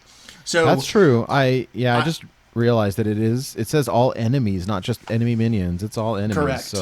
So, I mean, if you're ever fighting for board and you can play this, you can put that down. The difference is that I think that in Standard, this is probably going to be one of the best cards for the class. But I think that for us, our aggressive curves are a little bit faster. So I'm going to be a little bit hesitant about, like, I'm probably going to try it in a lot of the aggressive decks that I have, just because this is going to be a pain in the butt for anyone to clear. Like, this is one of the hardest cards to clear because all of your other minions are going to die, and especially early on when people don't understand how the card works, like, this is going to devastate people. But I'm going to go with a 4 for this card right now, just because I think that in any mid-range like, this is much better in my opinion than like a Sludge Belcher or an Apple Bomb. This is a much better card because it does AoE to other minions as well, and even if your opponent slams in with like a 5 health minion and then he has to attack it with another one, it does the 2 damage to everything else. Yeah, and it pairs well with, like, if you're doing ping damage to everything, your little 1/1 tokens with Rush are going to do a lot better at taking down the bigger enemies. I don't want to recant too much. I'll leave mine as a 3, but I really like this idea. I'll just say I really hope you're right, but I really think you're wrong, and I'm giving it a 2. Awesome. Okay, cool. Yeah, it's agree to disagree. All right. Hey, it's another 0 mana spell. Blur, common spell. Your hero can't take damage this turn. Oh, it's the first I saw this one. Which is not super bad if you're using your hero power to attack stuff. I personally think this card only sees play in decks that care about 0 mana spells, but I think eventually it will see play because of that. Yeah, I mean, I think starting out right now, I'm gonna give it. I would give it a 1 just because I don't see myself putting it in a deck, but. At some point, if there's some kind of busted combo and we need draw, if we're playing Auctioneer, like 0 mana stuff in general is just good. So we need Demon Van Cleef. Right? Yeah, pretty much. Is there any neutral like OTK combo? There might be. I really want to build that. If there's some neutral OTK combo, I'm playing this. The only thing I can think, like Craig was saying, questing adventurer, like you could make a pretty beefy questing adventurer. Seems too slow though. With gadgets Miracle? Can we just potentially say Miracle Demon Hunter? There is that 8 mana elemental that summons 3 drop, or 7 mana elemental that summons 3 drops whenever you cast a spell in neutral. Okay. I'm trying to deal with something that just wins the game, though. Like, I don't think...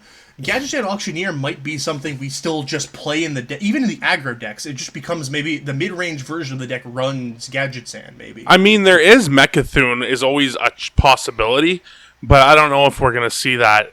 Like, we don't really have, like, Cataclysm. There's no way to kill it. There's no way to kill your own minion in this class. I checked that already. Mechathune was the first one I looked at. Yeah, they said that they weren't going to... They said that this class is about killing your minions, but it's not going to be about sacrificing your minions. They said that's for Warlock, so we'll probably never see many sacrifice effects, so I think Mechathune probably is going to be a much tougher one to go for.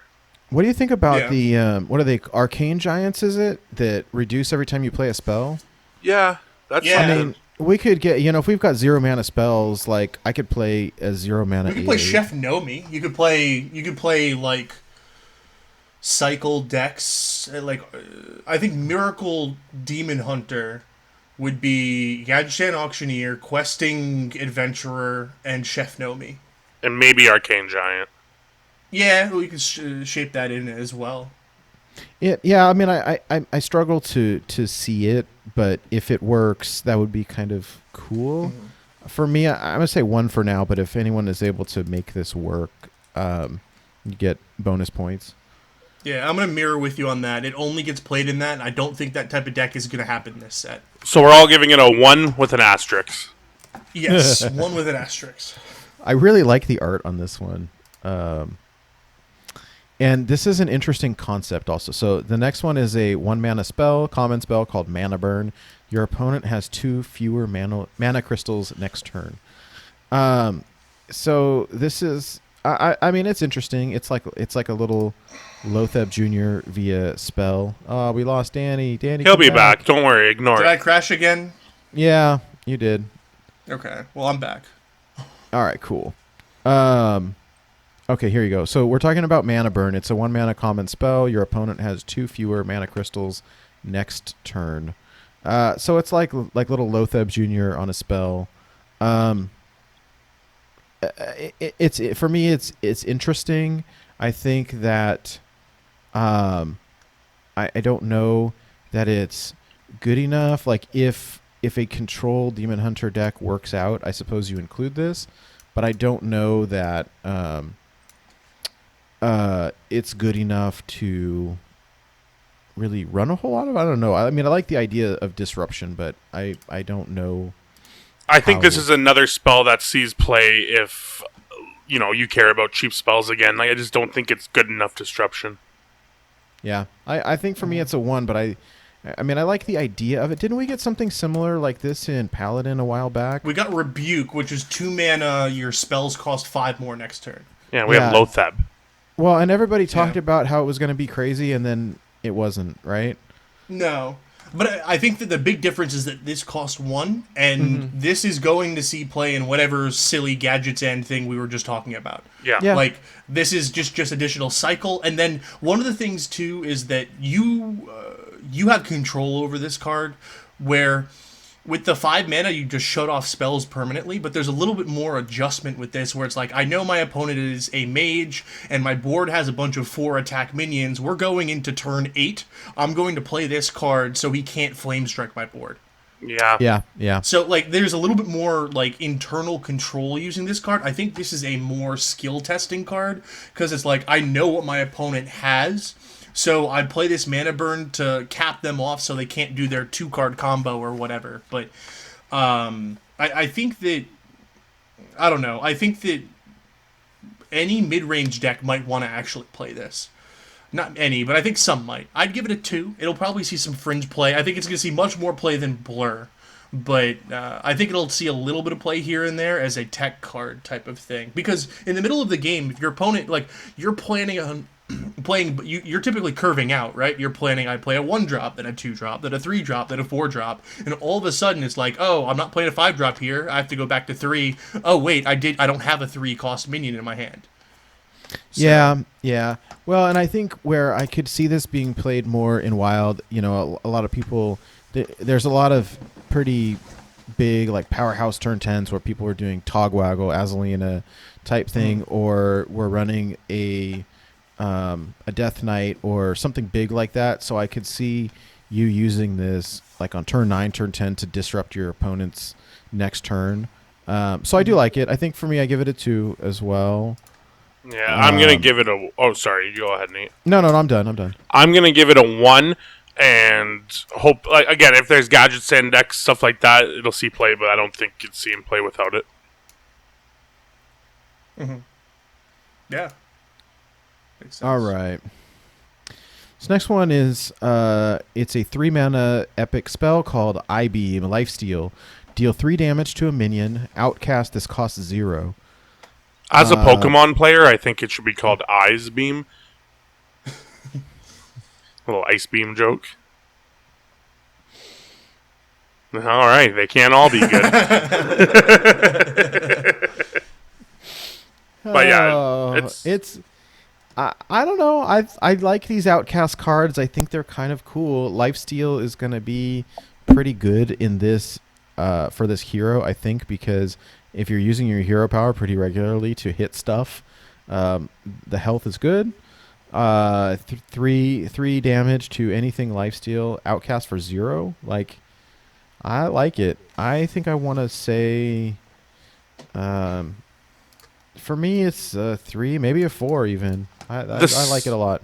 The second we get something worth really digging to, like, I hate to keep echoing it over and over again, but this is incredible with Gadgets and Auctioneer, because when you're going off, it's always going to be 0 mana, and then early in the game, it's removal and heal. So it's like, this card, it just seems like it does it all. I don't know if it finds room in a deck that doesn't synergize with the 0 mana spell, but I think it might. I'm going to give it a 2 with... again, Gadget's Hand makes this bonkers. Yeah, I agree with you on that. I think that this is probably just going to see play in any control class, right? Yeah. Because it's something that you're going to want to use early game for removal, and if not, like, it typically will travel. So I don't get Outcast well enough on the left side of your hand. I get the picture of top decking Outcast, and then you do that, but I'm not super good at about, like, okay, do I play this card on the left side of my hand so I get an Outcast card to, like, my left side of my hand? Like, that's the part that gets me with Outcast that I need to play with a little bit to really internalize. I'm not sure, and I think that that's more or less going to be the skill of control decks in this class. Yeah, How do you deal with Outcast? I think it's deck dependent too, right? Like, if you're playing an N'Zoth control warrior, I think Outcast gets a lot worse, because you never want to play your N'Zoth early, right? Like, you're hoping to build up. But, like, with a different type of control deck, like, for instance, Raza Priest, where there's a couple combo pieces you want to hold on to, but for the most part, you can kind of tempo out with that deck. Like, that's where... It just depends on the control deck. If you're not looking for a particular finisher, then this card's a lot better, right? Yeah. No, I agree with you. I think I'm going to lean on this one to be better later on, but I'm going to agree with Craig. It's probably a 2 right now, but eventually this will be a very, very good card. And it will get... I think this is one of the cards that is going to mature over time. It'll become a better card, a staple in control decks, but it's not going to see that right now. Yeah, all right. I'll leave mine at a 3. Okay, cool. All right, next up is a 4-mana rare minion called Illidari Fellblade. It is a 5/3 with Rush. It has Outcast gain immune this turn. I like this. I like this a lot. Rush in general, I really like. The stats are not super great, but if you top deck this, it has immune, which is pretty cool. I think it will see play. I want to give it a 3. Yeah, I actually think the stats are just fine with even without Outcast. I think it would still be like okay, and when you have the Outcast trigger, it's really good. So I'm gonna also agree with a 3.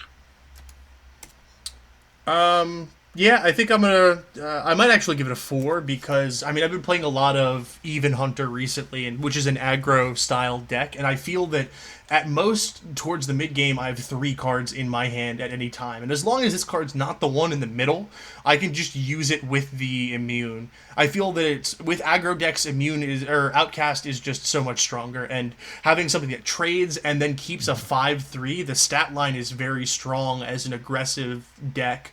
So I'm excited to see that. Yeah, I'll give it a 4. Yeah. nice. Yep. All right. Next up is a common weapon. It's called Umberwing. It's a 2-mana 1/2 with Battle Cry. Summon 2 1/1 Fell Wings. Seems good, like muster for battle-y. Yeah, it's a little bit. I don't know. Turn 2, this is fairly good. Yeah. Yeah. I really like it. I think it's. I don't know. I don't see any reason why not to play it. Like it feels like Haunted Creeper with initiative almost in a weird way. Like I like I think this Haunted card Creeper is still a little bit better than this. Yeah. So, but the issue I have is that I would rather play Haunted Creeper in a deck than this card. because it's sticky. Yeah, because it stays on board. But maybe this synergizes well with the other. Like, one of the things is that maybe you don't want sticky in this class because of Feast of Souls, right? Maybe I want to just kill off the minions. I'd rather get 2 minions killed off next turn and draw 2 than just kill off my 1 Haunted Creeper. I do like the weapon. Weapons, I'm not really sure how to assess because you really have to read this as a 2-mana 2/2 weapon. Because you have your hero power naturally, that's going to adjust in most of the time. Yeah, like on turn 2, it is not, but every other turn it can be. Yeah, exactly. I don't think the tempo is bad. For 2 mana, you get 2/2 worth of stats plus a 1/2 or 2/2 weapon. Like, I don't know. I don't love it, but I don't think it's bad. I don't particularly have any desire to play it, but I think I'm just gonna go out on a limb and call it a 3. Where I don't think it might be a 2, but I'm saying 3, and you guys can't stop me. yeah, Yep, I'm gonna. I think it's go ahead, between a 2.5 and a 3 for me. I don't know. I'm gonna go. I think I'll say a 3. I like that it has 2 1/1s. Yeah, that Yeah. helps. I'm in the same boat, but I'm gonna be a little bit more of a pessimist and give it a 2.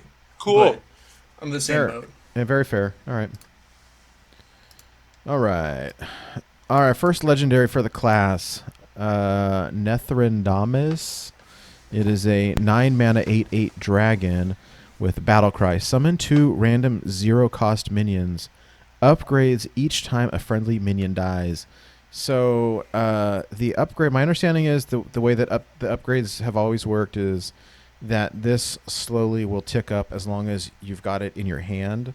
It's not going to upgrade sitting in your deck, right? So Right. Correct. it could be cool, it could be crappy. The random effect, especially in Wild with a giant pool, is kind of I don't think the random affects the problem as much as the top deck problem. Like, you want your big 9-drop to be incredible if you're drawing off the top of your deck.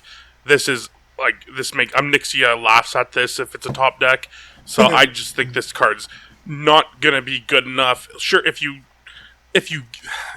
have to play it, there's gonna be bonkers times, but I'd rather play almost any other 9-drop instead of this. Yeah, I don't think it's quite good enough. I mean, there's that. I don't remember what the name is. There's a paladin card. It's a 1/7 that gains attack every time something dies. What is it? Bolvar 4 Dragon, something like that. Mm-hmm. It reminds me kind of like that, but with the random factor. What happens when 2 things die and you summon a Doomsayer, right? I mean, like, I don't know. I think you're getting a little hung up on the random part. Well, I just don't. I don't. For 9 mana, 8/8 doesn't seem super awesome to me. Like, I agree. I think it's a 2. I don't know. I think it's a 1. Yeah, I'm gonna mirror Craig here. I don't think this is ever going to see play in Wilds, just generally, unless there's a card that's like, oh, summon 20 minions this turn, and then all of a sudden you summon 2 20 drops. But like, there could be a card that's like, oh, summon 20 minions, they attack each other and don't do anything to your opponent's board, and it's like you have this in your hand and it does something. But barring something ridiculous from that, I think the only 9 mana 8/8 that you see play in this class is Alexstrasza. Whether it be the health one in some sort of combo deck, or the ice cream one, other one in the Reno deck, which inevitably will come for this class. So I'm giving it a 1 as well. Okay, all right, fair enough. I'll keep my 2, but I understand where you're coming from, and I think that you're probably right. On the other hand, I really like this card. I think this card is super fun. It's our other legendary. It is a 3 mana 3/2 called Altruist the Outcast. After you play the left or rightmost card in your hand, deal 1 damage to all enemies. What a great flavorful card too, by the way, before we talk about the power. I just love the flavor here. Yeah. I like it. I like it quite a bit.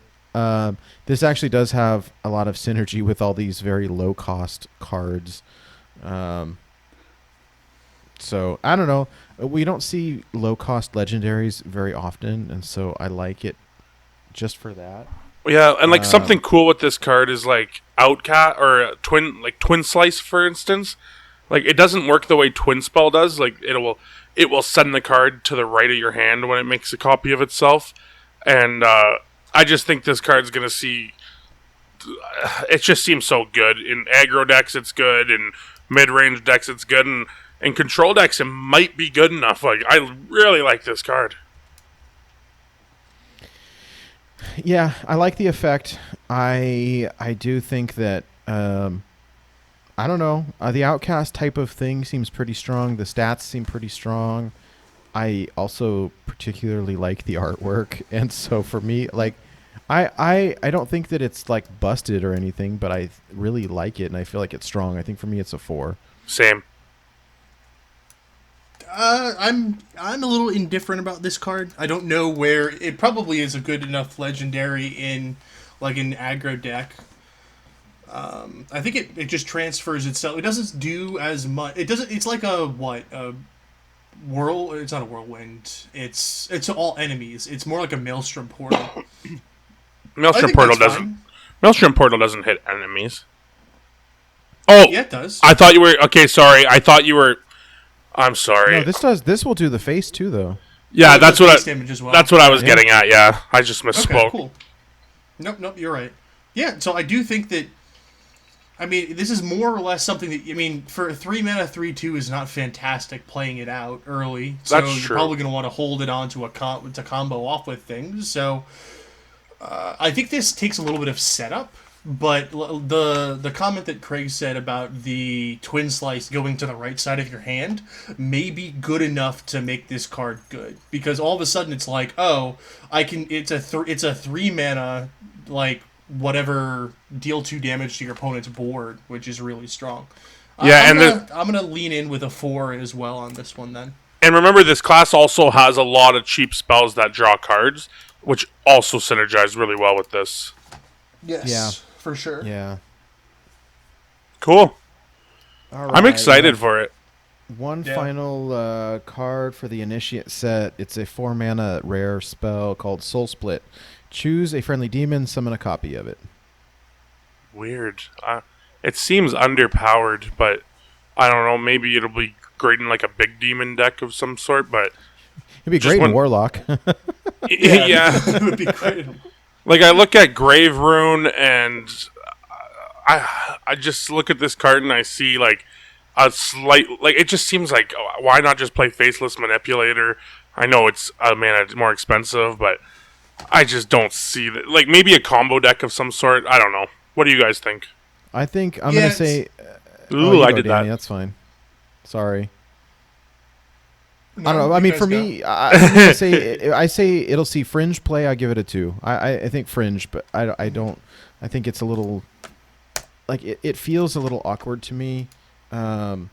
Maybe in a control deck where you have some kind of big beefy thing.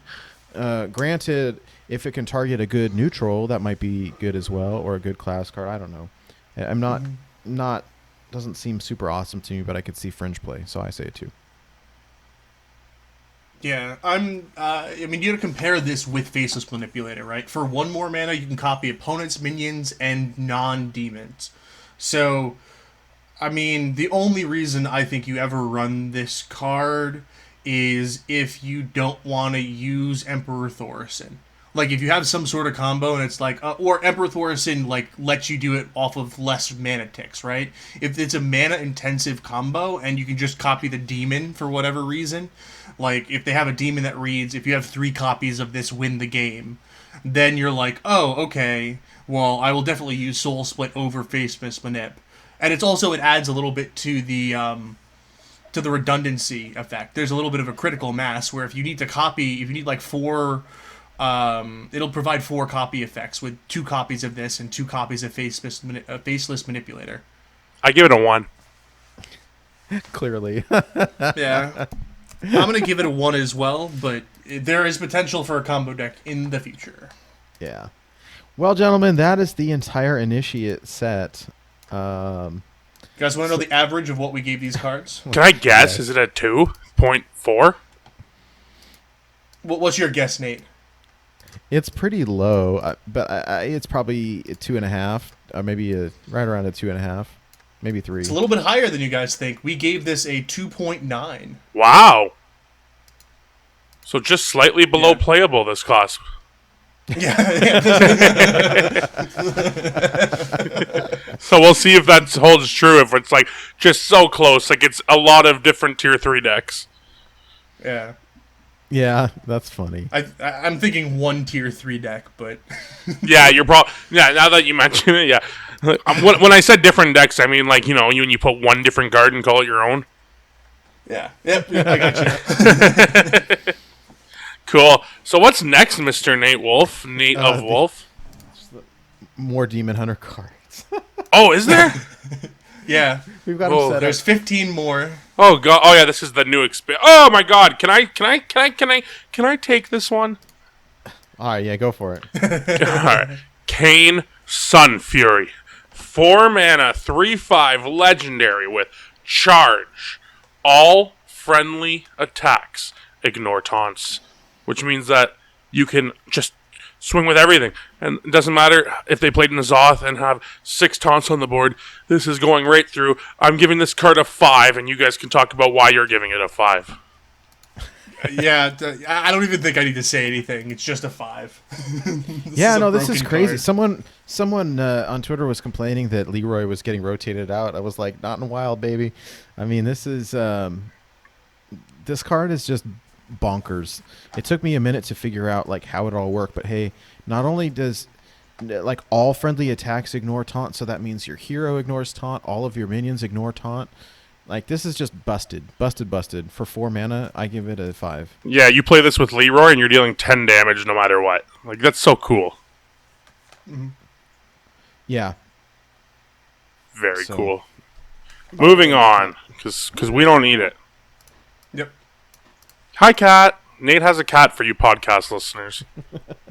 Podcat listeners. All right. I like what you did there.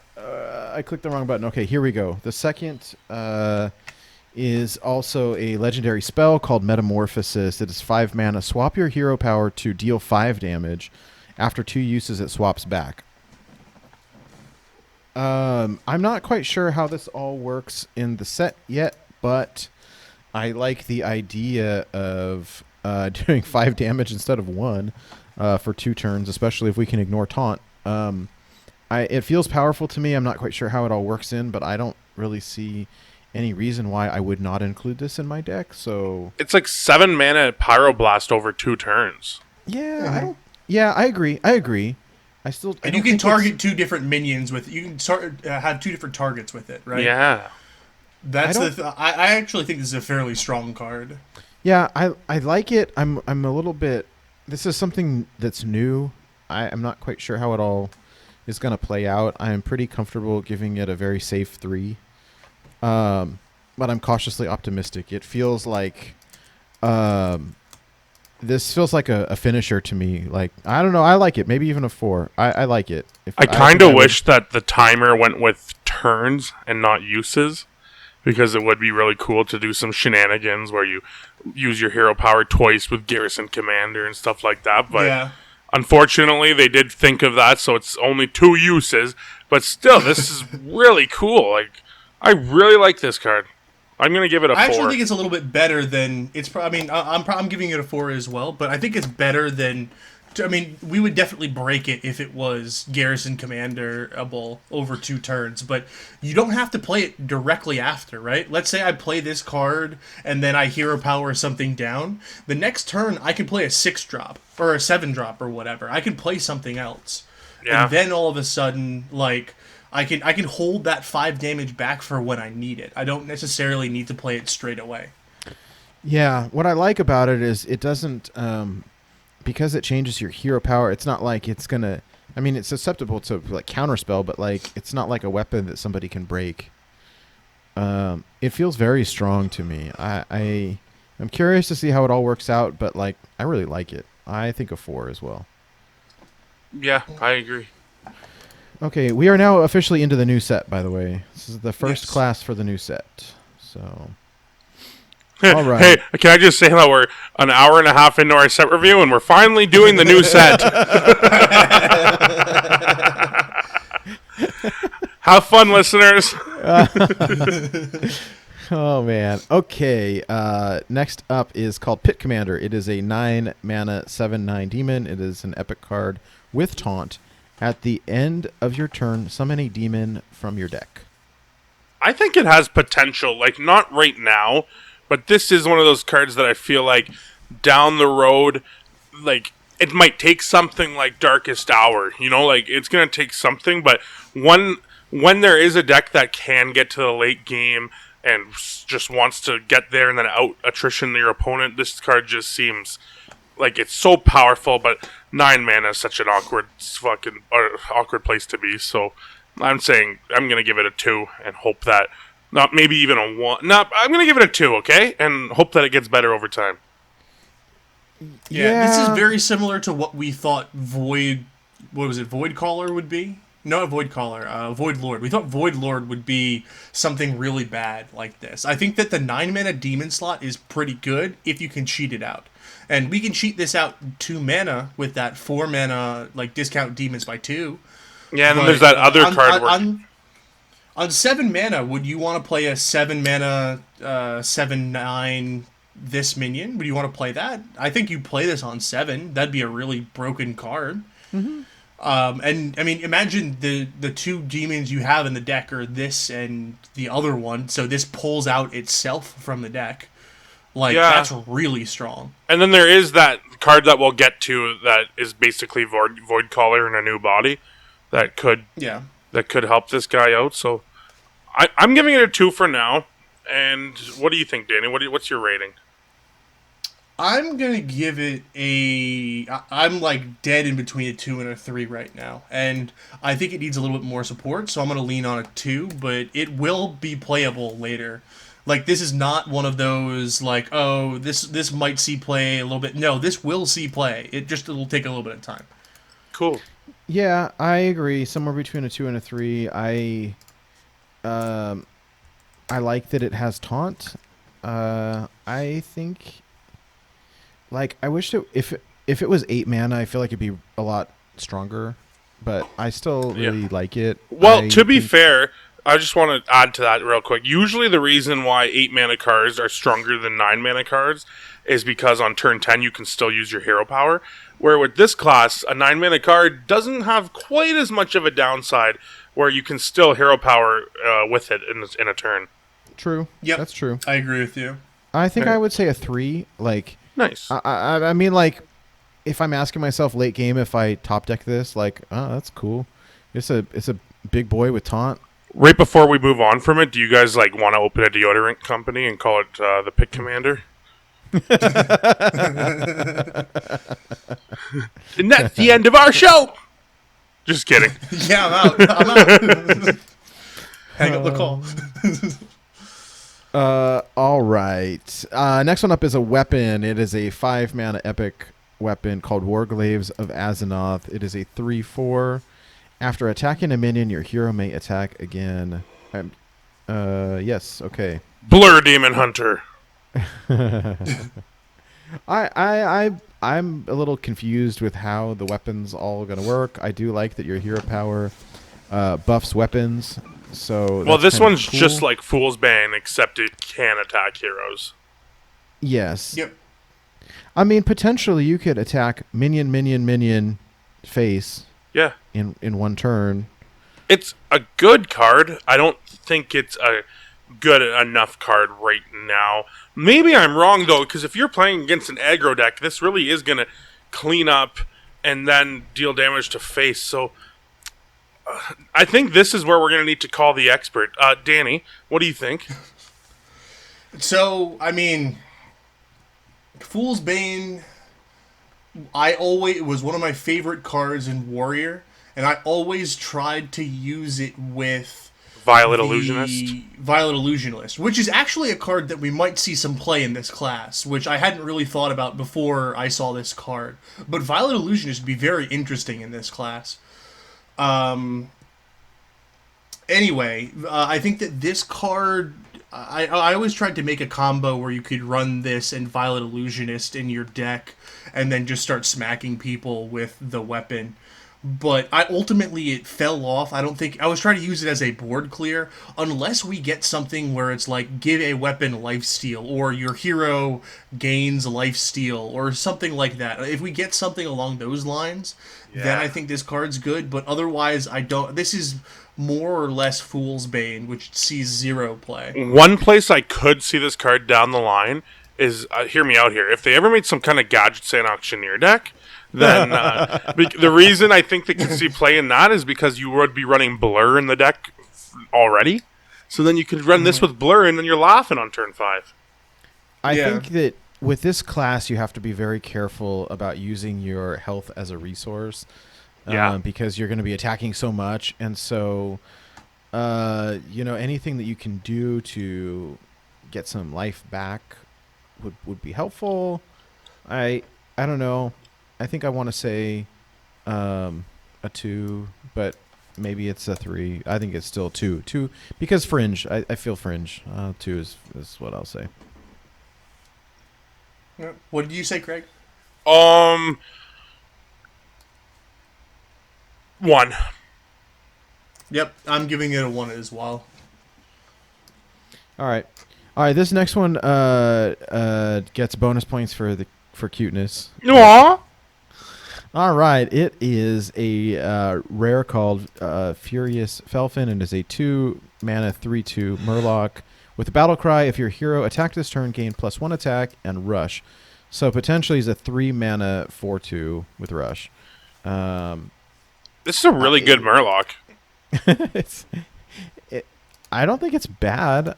I don't know that having the Murloc as a type is going to be very impactful. I think it might be, man, because like Murloc always has a chance, right? Like to this day, I still see a Murloc mage once in a while, and I think this card could actually do something. And maybe I'm crazy, but like with the especially for Demon Hunter, like there's a chance that this class just whiffs in Wild, and I think Murloc, at least maybe Murloc's the way to go with Gentle Megasaur and all those cards. Like I'm being a little optimistic here, but having a 3/2 baseline is pretty good for a Murloc. So I'm going to give this card a... Well, it's a 2. Like, if it's a 1, it's unplayable. I think it's a 2 because I think it's obviously playable if Murlocs is playable at all. I think it's still playable without Murlocs. I think that it's... That's right. It is playable without Murlocs. I mean, this is a... I think this is like a 3 in Standard and a 2 in Wild. I mean, I don't know.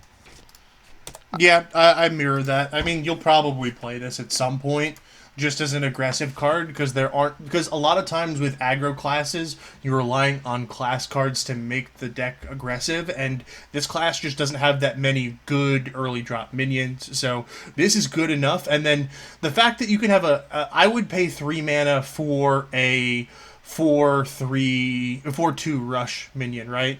Yeah. But then I get +1 attack, like...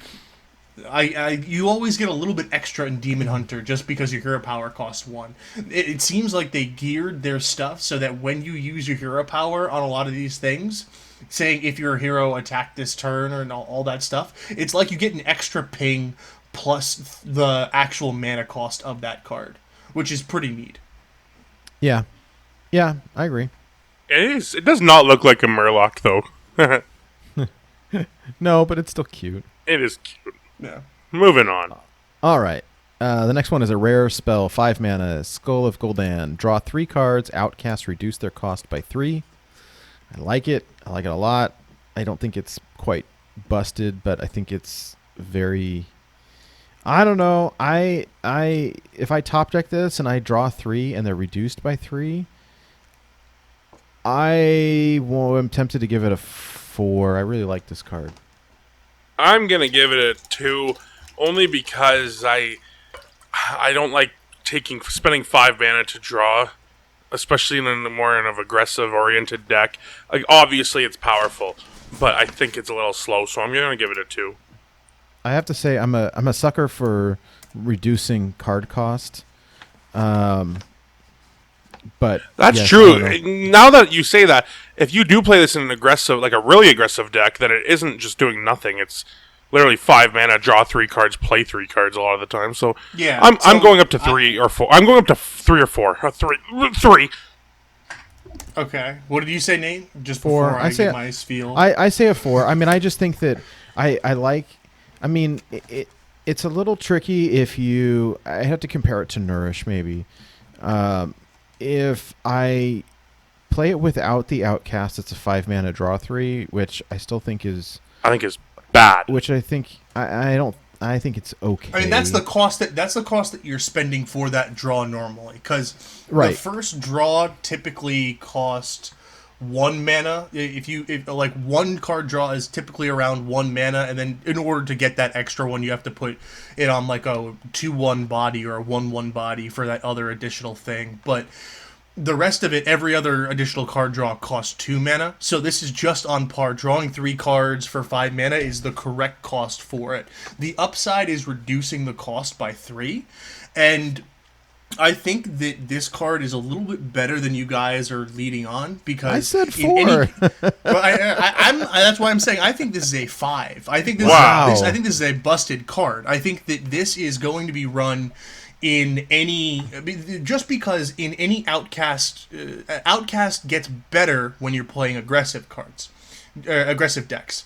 So in a control deck, I don't mind spending 5 mana to draw 3. That's the par for the course. But in an aggressive deck, this is going to be the only card in your hand at some point. You're going to play this, and then you're going to immediately go through and play the rest of the things you drew, which in itself is just very strong. I think I'm giving this a 5. Wow, I think you might have just talked me up from a 2 to a 5. I'm leaving you at a 3, Craig. You locked it in at a 3. Does anybody know the lore? Is this supposed to be Gul'dan's skull? Like, I don't. Does he die or something? I don't know. And can we all agree that this is super confusing? Yes. Because like Skull of the Minari, I'm always gonna think it's this now. All right, let's move on, because otherwise we're going to be here all night. We will be anyway, but let's keep going. You're right. Yep. All right, next one up is a rare. It's a 5 mana 10/6 demon called Imprisoned Antian. It is dormant for 2 turns. When this awakens, deal 10 damage randomly split among all enemies. I don't think that it's unplayable. For me, I want to say it's a 2, and here's my rationale. I think that the effect is very strong. This is a beefcake dude, but Wild is so fast and so like you really have to maximize your turn that like doing nothing except taking up a space on your board for 2 turns feels slow and clunky to me. If you can work this into a control deck somehow, then more power to you, but I struggle to see how this really works really well. At the same time, maybe it is good in a control deck because it's 10 damage randomly split among all enemies, and if you're able to keep your opponent's board clear, that's 10 damage to face. So I still think it's a 2. I think it's going to be really difficult to pull off, and I don't like the idea of something sitting on my board for 2 turns doing nothing except taking up a spot. So I'm curious. I think you go ahead, Danny. Oh, go ahead. Okay, does Doomsayer would Doomsayer trigger before this or after this, I wonder? Well, dormant, just think of the darkness and think of no, it doesn't work. No, that's not going to answer my question because I'm asking if I play it wakes up at the start of the turn, right? So, I'm wondering would this wake up and then activate its ability, and then Doomsayer activates? So if I know the rules of Hearthstone well enough, it's based on play order. Mm-hmm. So because this is for 2 turns, you'd have to play the Doomsayer afterward. This card is technically played beforehand, so it would get summoned first, and then the Doomsayer would go off. So that imagine you had a Doomsayer that said dormant for 2 turns and then do this. It's based off of play order, whichever you played first. See, that bums me out. Because I was thinking you played 2 of these on turn 10, survive somehow, and then you play Doomsayer. You know, and then deal 20 face. You got some ideas there. So I'm giving it a 2, and by 2 for 2 slow. Yeah. I mean, I'm going to give it a 1 in that same vein, just because the only way this is going to really start seeing play is if you're playing like a super heavy control deck, and we can barely even get mid-range at this point. Yeah, I mean, if someone is able to pull something off, then more power to you, but I struggle to figure out, how that's all going to work. And I think when you compare this to 5 mana, deal 4 to everything, like this just seems way too unreliable. Like, even if they play a 5/5, you still don't know what's going to happen half the time. Yep. All right. I think this one I like a little bit better, actually. So 7 mana, Priestess of Fury. It's a rare 7 mana, 6/7 demon. At the end of your turn, deal 6 damage, randomly split among all enemies. I like this. I don't think it's busted. I don't think it's bad. It's definitely at the higher end of what seems like a pretty aggressive hero, but this is something that is not dormant, that does lots of damage still. They are not consistent with their artwork. No. Like, Jaina got nerfed. They give it to... Yeah. They give art to different people. Yeah, I don't think that this is bad. I think that if this sticks on the board, that it could be very dangerous. I like it. I'm going to say a 3. I'm going to say a 3. I'm going to go towards a 1, only because if it was all enemy minions, then yeah, I would give it a higher grade, but I just think it's too out of control. I think it's too slow to be an aggro top, like the top of an aggro curve, and I think it's too random to be in a control deck, so I'm going to give it a 1. I would play this like in a mid-range type. Mm-hmm. So, yeah, that's where I think this falls. I think this falls in a mid-range style deck. This is very similar. Think about this as like a... I don't want to say it's a Ragnaros, right? This is not as good as I mean, if you did 8, and if you had an 8/8 for 8 mana that did 8 damage spread out a bunch of things, I think that's a little bit better, but it's the 6 damage on 7 that really hurts a little bit. The stat line is fine. Like a 6/7 for 7 is really good. Dodges BGH, so that's one thing. But I guess with Zephyrus. Yeah. You'll just get a death instead. Yeah. 2 mana less. What do you think for a rating, though? I'm probably going to go in between you guys. I'll give it a 2, because I bet that there will be some mid-range deck, and this might be like a 1 of at the top end of that mid-range deck. Yeah, that's fair. Again, if you cheat it out too, like, it's so big. Yeah, so that is something to consider. I think that this is a card that potentially gets better as time goes on. You get more demon discounts, you get more demon cheat out cards, like all of a sudden this card becomes something that you're concerned about. Like if you had Void Lord or Void Caller rather in this class, like this is a nuts card that you play. I keep thinking like I wish that I could combine Warlock with Demon Hunter so bad. Yeah. Like, you could do some absolutely just busted things. Oh, Darkest Hour Warlock. Oh, my God. Darkest Hour Reno Warlock. I don't know. Something like that. All right, let's move on. All right, next one up is it's called Coilfang Warlord. It's an 8-mana rare 9/5 with Rush. When Death Rattle, summon a 5/9 Warlord with Taunt. It's okay. I don't think it's... Yeah, I mean, this is, again... maybe kind of a mid-rangey, like the very, very top end of a mid-rangey thing. I think this is really good in an Azoth build, like really good. Yes. This is I think this is the best demon of the it's not Demon Hunter class. Not a demon. Oh, it's not a demon. Oh. But it is an Azoth. Mind. It is an Azoth. Never mind. Yeah, it has the Death Rattle, but yeah. Like, N'Zoth is still best friends with this because it gives you initiative with N'Zoth, which I don't think, to my knowledge, like, you'd have to go really outside of the box to do that right now. So, like, this is pretty cool that you get such a huge board swing with it. I think it sees playing a control Demon Hunter down the line. Yeah, I think I'm agree with you. I think that this is, if there is a control Demon Hunter deck that exists, this card 100% is in the deck along with N'Zoth. I think that that's what happens, and I think that more or less this is the one card that you're really going to rely on for being really strong based off of that. Is Warlord or Demon? Actually, that doesn't matter in this class anymore. Never mind. Okay, yeah, I'm just going to give it as a 3. Yeah, I'm going to agree.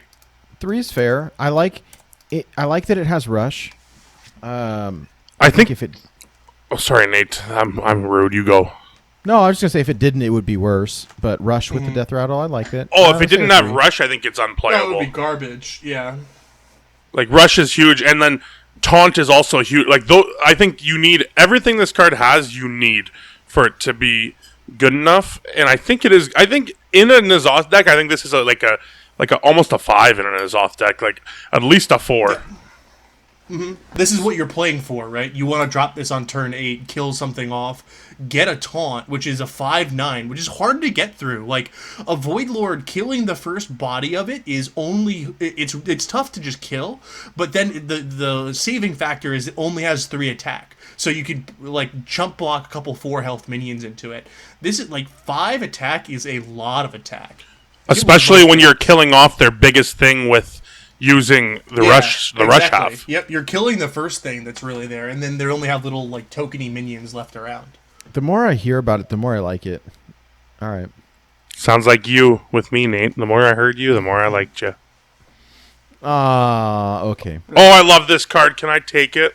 Please do. Spectral Sight Alliteration bonus. 2-mana spell. Draw a card. Outcast. Draw another. That's another card. That's 2 cards. 2 mana, draw 2. This card's nuts. This card is crazy. I love this card. They're giving us so much card draw in this class. Yeah, they said they're giving it I think they said 0 card generation, just card draw. So, like, you're gonna fatigue if you try to go too crazy with it. But, like, here's me. We're playing Wild, guys. We don't care if we fatigue a little bit. Yeah. Yeah. I agree on that. I'm giving this a 5. I also think a 5. It feels fairly busted to me. I mean, there's no way you top deck this and don't play it. I mean, well, and if you do, it's because you have such a full hand of cards that, like, you can just cycle it later. Yeah. I mean, I kind of feel between a 4 and a 5, but I feel like a 2-mana draw 2 with no downside, like. Oh, Look at even a 2-mana draw in 1 every other is, class, right? So the big thing is you got to compare. And I think now at this point we're talking about this expansion, right? So we got to think about Demon Hunter compared to other classes. Think about every other class's 2-mana draw 2 cards. They or draw X cards, right? So 2-mana draw 2 in Shaman overloads you for 2. So it's 4 2-mana draw, yeah. So it's 4 mana, but it's like paid over 2 turns. Then it's 2-mana draw 3 in Mage, but it's discard any spells. On average, you just discard a spell from your hand. Or 2-mana draw, 2, but your opponent also gets to draw 2. Mm-hmm. Yep, exactly. Or then there's a new one coming out in Druid that's 2 mana but discard any minion. So it's pretty much on. I think it's better than the other ones because there's no drawback. Yeah. You just have to have it there. And then 2 mana draw a card is not great, but that's what Wild Growth was. When you think about old Wild Growth, it was like, oh, I have 10 mana. Okay, well, I can just use this to cycle if I have to, because I've already ramped all the way up. And I don't think anyone was like, oh, I'm putting this card in my deck specifically so I have 2 mana draw a card later on. But if you're playing a control deck and you have Spectral Sight in the middle of your hand and you're like, okay, well, I guess I have to spend 2 mana to draw, it's not the end of the world. Yeah, and think about how many times you've used Battle Rage to draw 1 card. Like, you still feel fine about it. Yeah. Mm-hmm. All right, I give it a 5. Me too. I'm going to give it a 4, but I think the issue that I have is I think there's too much card draw in the class, to be perfectly honest. Yeah. So I'm like, at certain points it's going to be like, is this worth it? I don't know which card draw is the card draw I want to use. Absolutely. Yeah.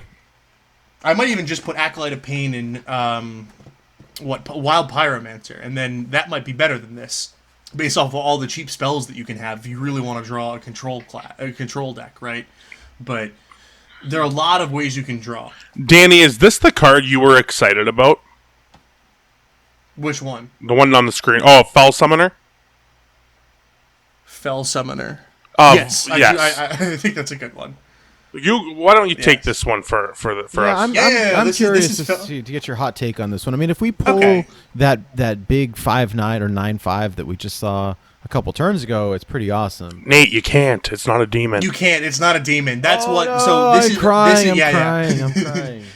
This is less good now.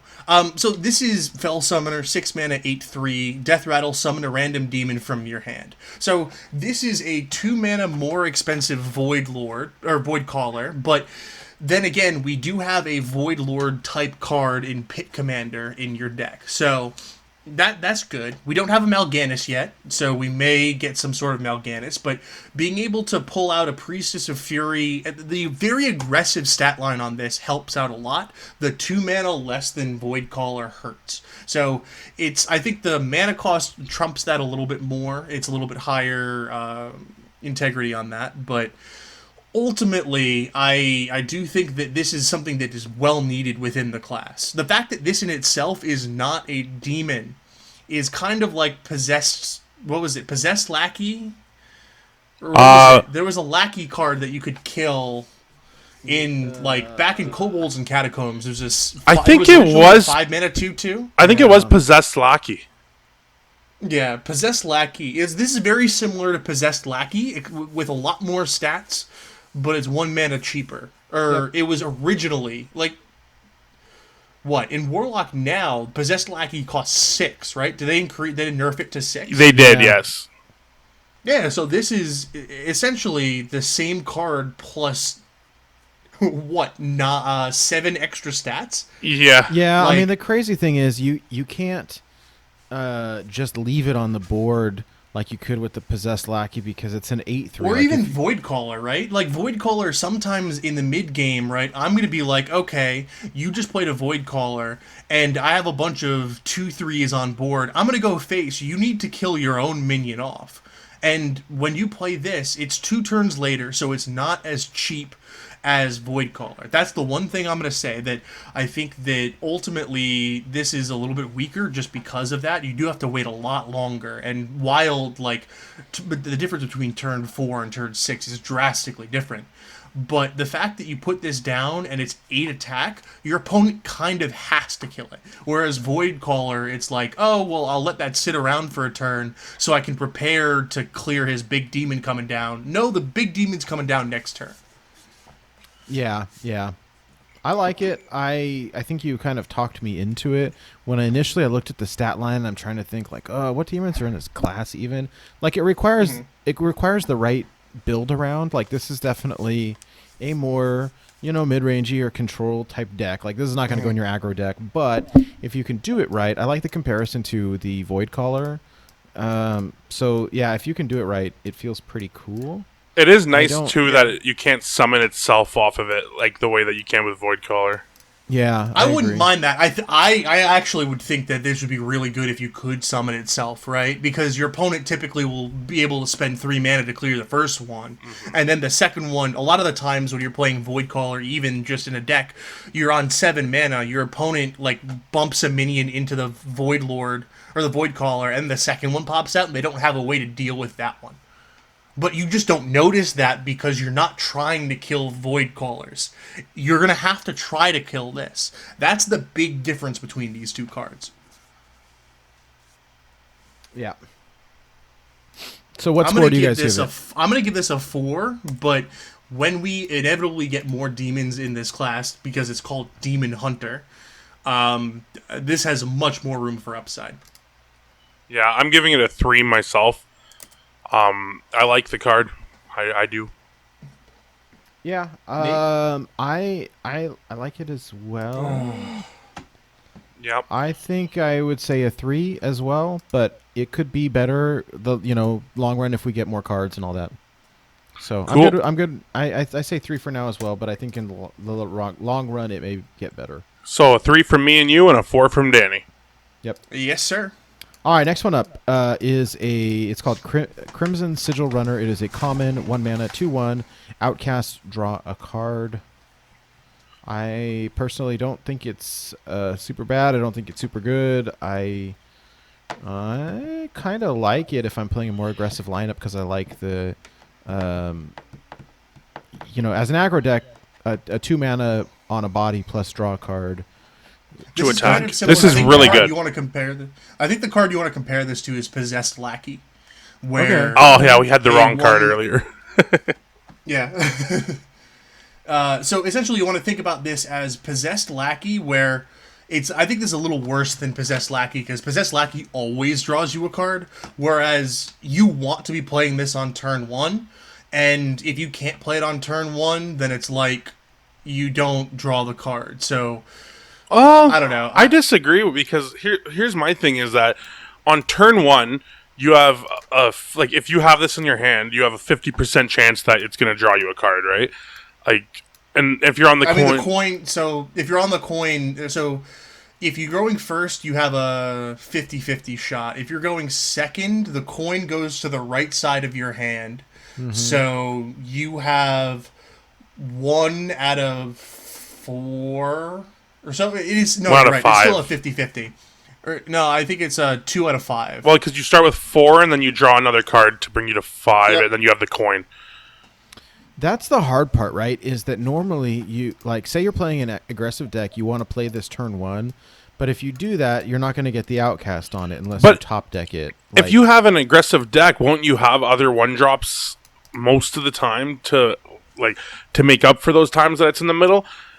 Yeah, but what I'm saying is that you don't play this turn 1. Yeah, but I'm saying if you have another 1-drop, you don't care. Yeah. I think it's better than you guys think, personally, because I think a 1 mana 2/1 with upside is always going to be good, and I think the upside on this card is incredible. If you're playing a 1 mana 2/1 that replaces itself, like we've seen Cabal Lackey and how good it is. I'm going to give this card a 4, and I understand that I could be being too optimistic about the mulligans. I'm gonna say for me it's a 2. I don't think it's bad. I don't think it's great. I think that it may be a little bit difficult to pull off, but in the right lineup, right? I think in a more aggressive deck, it's good because you want that refill. So top decking it is not bad. Top decking it is never bad in any deck.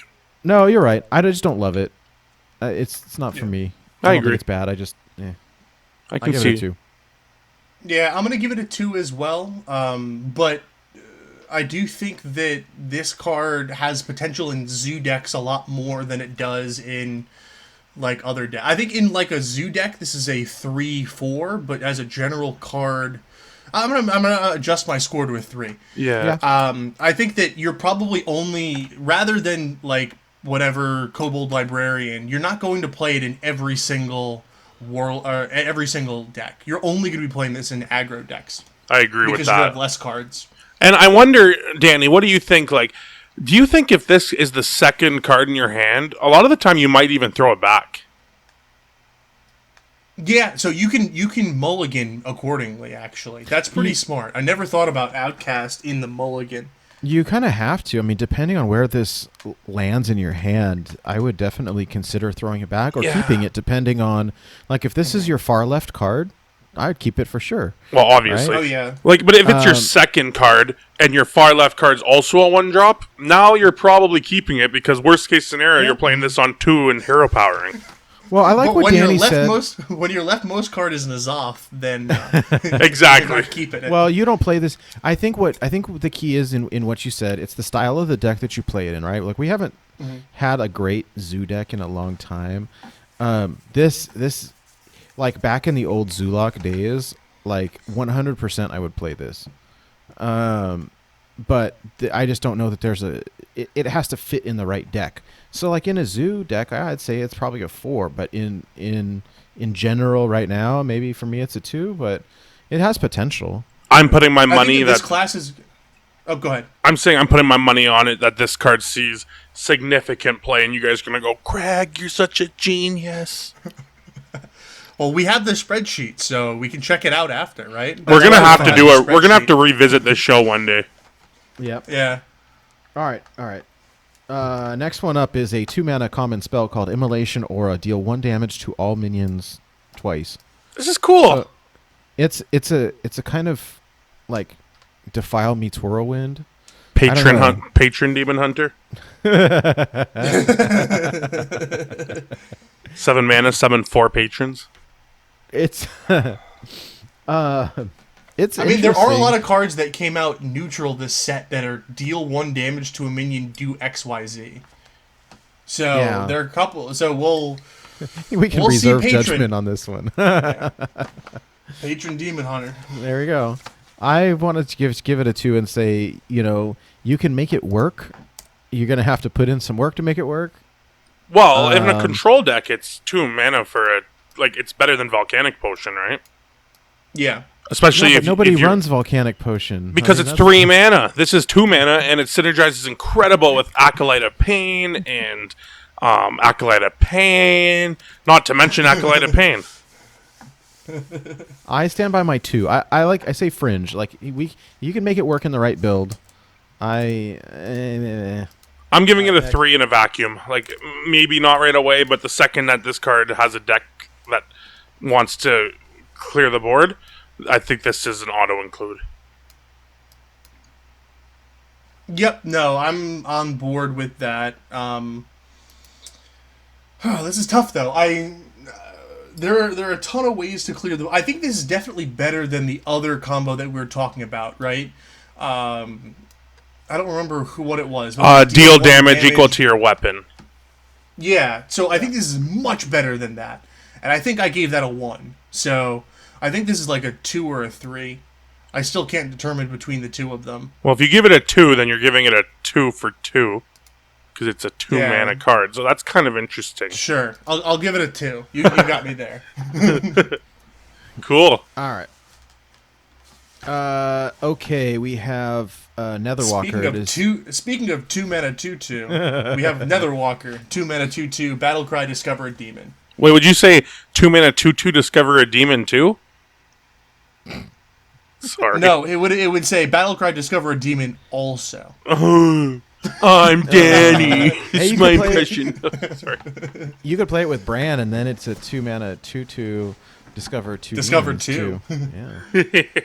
Yeah. This is pretty cool, especially like Demon Hunter, it's going to have demons for the late game. It has demons for the early game.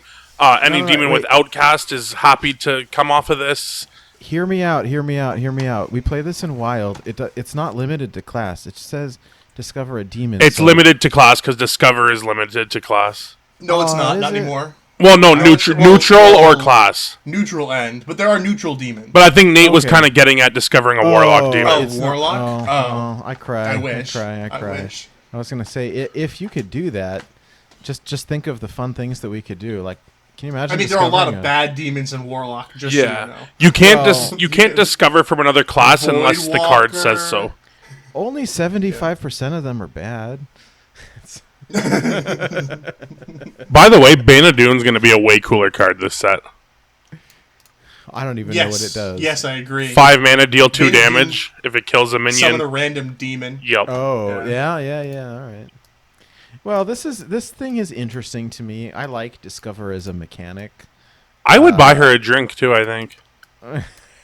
The color is pretty. I can't wait to see the golden version. I really love how many cards are holding 2 blades in this class. Like, it's pretty nice. It's pretty cool. Pretty sure most of them are, except the one. I think every single one of them is. No, some of them are holding like 6 blades, but I think that okay. So here's my thought. Right, if I'm playing a tempo sort of deck, a mid-rangey deck, like having this on the low end is not necessarily bad. There's a lot to choose from. Like, I don't think it's anything great. I don't think it's anything real bad. I'm giving it a 2. I'm gonna, I want to say a 3 optimistically. It's probably not. It's probably a 2, but I'm gonna say 3. Yeah, I'm giving this a 1. There are way better 2-drops. There are way better 2-drops that I can play. If I'm going for value, there are a ton of other cards that I can play just based on the neutral cards. I'm giving this a 1. Fair enough. All right, this is the last card. Oh, thank God. Let's go. I know. Okay, it's called Ashtongue Battlelord. It's a 4-mana common, 3/5 taunt lifesteal. I'm giving it a 2. I think 2 is okay. I think that's fair. I could see it seeing play. I don't think that it's anything kind of busted that I, am like dying to play. But I don't think it's real bad either. It's good. It's taunt and heal in one card, which is always nice. Yeah, I like our other card better. That's taunt and damage, but I think this is okay. Taunt with lifesteal is cool. I'm giving it a 2, and that's the very highest I see it being. Yeah, I'll give it a 2 as well. Yep, I will as well. Yeah, and that's Demon Hunter. Yeah. So for this expansion, would you like to know our average for Demon Hunter? I'm guessing 3. Yeah, probably around a 3. It's a little bit lower. It is a 2.87. Almost playable again. So that's what our assessment of Demon Hunter is, almost playable. Now, I do want to say that I think that because we don't know as much about Demon Hunter and how it feels and all that stuff, so we definitely probably took a lot more time on those cards than we will on all of the other cards, because we'll be like, oh yeah, we have hundreds of cards in these classes to compare them against. But I think we may have pumped up the rating on a lot of these just because Demon Hunter as a class is going to be less playable due to the lack of cards at all. So agree. Yeah, we were just talking about Demon Hunter in a hypothetical that we have no background to compare it to. With all of the rest of this stuff, we have a lot of comparison, and I think we're going to be a little bit less optimistic on a lot of these cards. I agree. That's a fair assessment. Yeah. So, what class do we have next? Because I think maybe we'll do one more class and then take a quick break. Druid. Yeah, we have Druid. All right, let's do it. All right, there we go. The first one up, so these are the prime cards. So it's Archsport Mishfin. It is a legendary 3-mana 3/4 taunt, death rattle, shuffle Mishfin Prime into your deck. The prime version of it is a 10-mana 9/9 taunt, choose one, summon a 9/9 fungal giant with taunt or rush. And there we have it. It seems okay, maybe in a Hydronix Druid, if that ever sees play again, it might see play as a support card. I don't think it's good enough for any other Druids, so I'm going to give it a 2. It's fringe. Yep, I think that's the only place that you see this, the Hadronox Druid. Yeah, that feels fair. I like that. Yeah, Quest Druid, it would only make 199, by the way, just in case anyone's wondering. Yep, but it does have Rush and Taunt. Yeah. It would have Rush and Taunt, yeah. Okay. All right, next up is the class legendary. It is Yasiel Windsinger. It is a 9-mana, 5/5. Your spells cost 1. This one has like potential, right? I don't think we're gonna see it in Wild. The problem is that they released Keltheus, which is like, thank you, which is already so broken that I don't know that thank you, that this is any better than that. I mean, this wouldn't see play even if that card didn't exist, right? Because just Aviana Kun getting your minions out is much stronger. Because cheating out minions is I think it's better than cheating out spells because you have to protect this minion. And your minions getting out on board is better just because they impact the board and they stay there, whereas spells are temperamental. Yeah, well, and the only way to really go off with this card is with like Nourish. Like it basically. You can play a UI for 1. Yeah, but that's not I mean, then impressive. You can also go through and play UI the next turn for free, right? Yeah, for the same cost, right? It's only an extra 5/5, so it's like paying. It's paying for an extra 5/5. I don't think that's worth it at all. No, I'm giving this one a 1. Me too. I think it's a 1 as well. Keltheus is just better. Yeah, the only way you're ever playing more than 2 spells with this is with Nourish behind it, and that doesn't seem good. Yeah. It's interesting. It's not as good as. Get out of here. Anyways. Are you giving it a 1, Nate? I give it a 1. All right, next up is called Marsh Hydra. It is an epic 7-mana 7/7 with Rush. After this attacks, add a random Ragnaros to your hand. I'm just kidding. add a random 8-cost minion to your hand. It is a beast. Add a random Hyreek the Bat to your hand.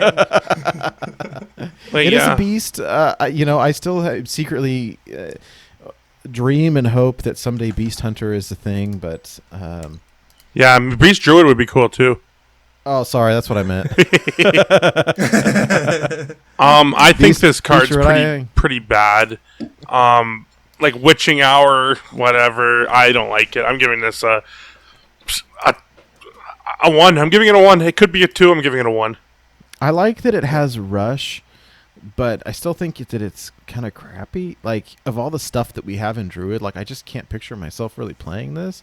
I mean, maybe Fringe, but I still think it's a 1. Yeah, I wanted to say I'm Fringe. on the 1 train. This sees no play in Wild. I agree. I want it to. It is a cool card. I might dip into Standard to play this once or twice. Mm-hmm. Alrighty, let's move on to our next card, which is Glowfly Swarm. 5-mana spell. Summon a 2/2 Glowfly for each spell in your hand. I'm going to give this I guess we can compare it to Force of Nature. So you need at least 3 spells in your hand to get it to be as good as Force of Nature. If you have 4, it's better. So I'm going to say it's bad. I'm going to give it a 1. Yeah, I'm going to give it a 1 for a different reason, just because the deck that you're going to be wanting to play this in is probably running Living Mana, which is 5 mana, summon a 2/2 Glowfly for every mana that you have, and it converts the mana into the minion, and that is just significantly better, because you're going to get 5 of them minimum. And sure. That's just enough, and that card is barely playable in Aggro Druid. Oh, I remember when it was, Danny. Yeah. It was so fun. Well, Nate, what do you think? I give it a 1. I think it's crappy. Nice. I just don't see it. But it's not. It's too slow for what we want it to do. And yeah. There's better cards that have the same sort of effect. Have fun, Standard players. Yeah. All right. Here's a 2-mana rare spell called Fungal Fortunes. Draw 3 cards. Discard any minions drawn. It feels like they're trying to push some kind of like spell druid, which feels a little weird to me. In the event that I am playing that sort of deck, like it relies hard on that legendary that we just looked at, or Keltheus, or one of those.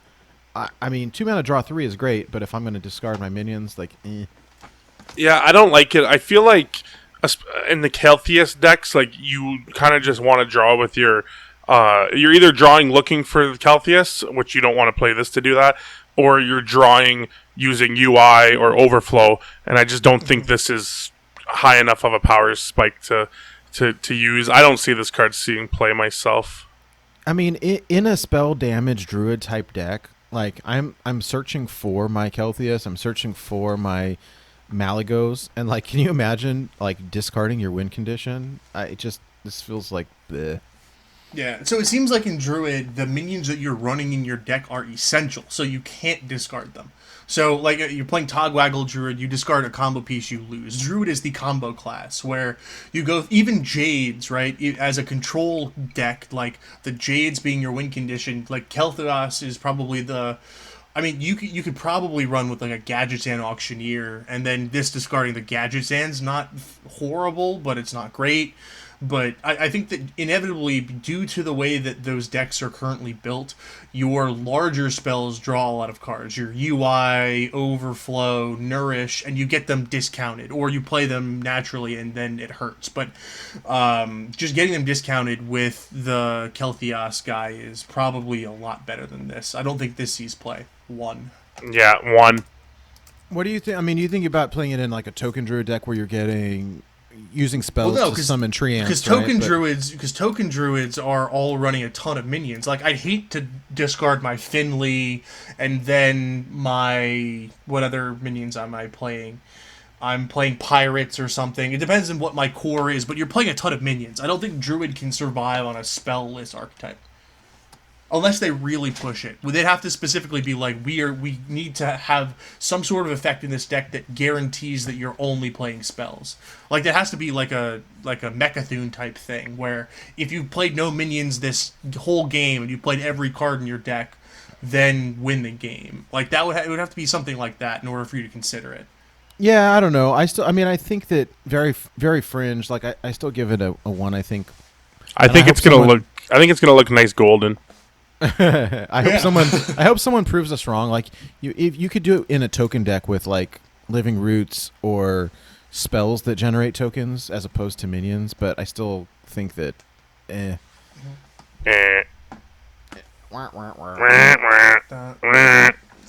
Okay, next one up is called Ironbark. It is a rare spell, 2 mana. Give a minion +1/+3 and taunt. Costs 0 if you have at least 7 mana crystals. Like, this could be good in these Kel'Thuz decks. Yeah, exactly. So with that, and then with Gadgetzan Auctioneer, any cycle that you have to essentially imagine, because those you're going off on turn 7. You typically hold a mana. I mean, you can go off on 6 with Innervates and stuff, but the Innervate will give you that 7th mana crystal. So essentially, you have to think on all the turns where you would potentially go off and then like cycle a ton. This costs 0. Which is nuts. Yeah. If you printed a zero mana card, give a minion +1/+3 and taunt, like, I'm running that no matter what.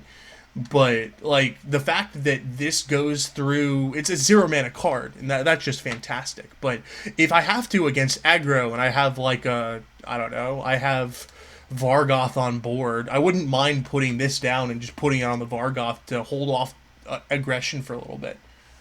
Yeah. I'm going to say a 2. I think that it's playable in sort of a fringe way. I don't think necessarily this is like all of a sudden an auto-include and everything, but I think that it's definitely going to make its way into some decks. I agree with the 2. I'm going to give it a 3.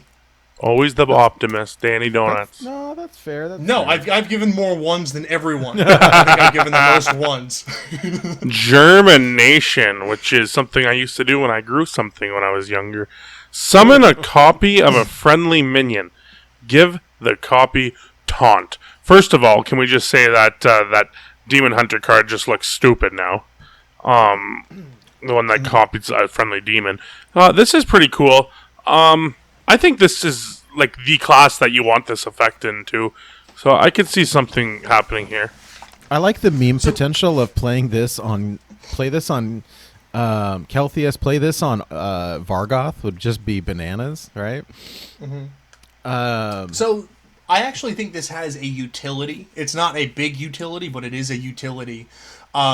This is a faceless manipulator that's not a minion. It is a spell, right? So Dream Petal Florist discounts minions, and the one thing where it hurts a lot of the time is when your Dream Petal Florist hits your faceless manipulator rather than the Malagos or whatever combo you're using. So if there ever is a combo that you need to use Dream Petal Florist on, Germination is the way to go as opposed to the faceless manipulator. So I'm going to give this a 2 just based off of that, because those builds are never... I mean, I haven't seen a Faceless Manipulator Dream Petal Florist deck in a really long time, but if that ever does pop up, that is the utility for this card. That's a really good call. It has true meme potential. It has potential in combo decks when you need to get an extra Malagos or something like that. I like the idea of it. I think it will be tricky to pull off, but if someone can do it, it'll be pretty sweet. I still think that it maybe is fringe, so I'm going to say 2, but I like the idea of it. Wait, Germination? What, are they talking about America? Because Corona? The Germination. No, they're talking about the German nation. Germination? Ah? Aha. I'm sorry. Wow. We have Corona up here too, guys. Don't worry. All right. Next one up is a common minion, Imprisoned Satyr. It's a 3-mana 3/3 demon, dormant for 2 turns. When it awakens, reduce the cost of a random minion in your hand by 5. I'd like to go first on this one. I'm hoping I'm right here. I think this card stinks. I really do think it stinks. Now, I'm gonna go really passionate here so that if I'm wrong, I look like an idiot, and that's good content. I'm going to say this card is always going to be bad. Like, the times it works is going to be almost never, and now you guys can explain why I'm a dope and this is going to be tier 1. Okay, Danny can you can school me in 1 second, but here's my thought. Okay, this is going to be really hard to pull off, but just think about like a Witchwood Piper into... Say you grab this, like this is what I want to use on my Malagos to reduce it lower, so that I can play Malagos at a reduced cost and then use a bunch of burn spells. Like, I think it feels that you have to buy yourself 2 turns, but Druid buying itself 2 turns, like you've got so much armor, it doesn't seem like all that much of a problem. I don't know. I mean, I still think it's fringe, but I think that it has combo potential. I don't know. What do you think? I just don't... This feels to me like an Emperor Thaurissan, right? Yeah, like, this is Emperor Thaurissan that's instead of spread out amongst the cards, it goes on the 1 minion and it lets you pull the combo off, right? So this is an Emperor Thaurissan that you have to wait 2 turns, and, like, normally with Emperor Thaurissan, like, waiting 1 turn is just barely enough, right? You're like, okay, I'm on 1 to 3 to 5 health, and I'm going to die if I don't kill my opponent with whatever combo I have. I feel that the waiting for 2 turns is tough because you won't find enough time. You're dealing with your opponent's threats turn after turn. You won't have enough. Like, if this was 2 mana for the 3/2 stat line, 3/3 stat line, like, or even just 2 mana for a 1/1 had the effect. Like, I think that would be a lot better on 1 mana less. I think for 3 mana is a bit of an issue. I would much rather play some sort of thing, because you're Druid, you have Innervate. Playing Aviana, Coin, Coon, and then doing whatever you want doesn't take time.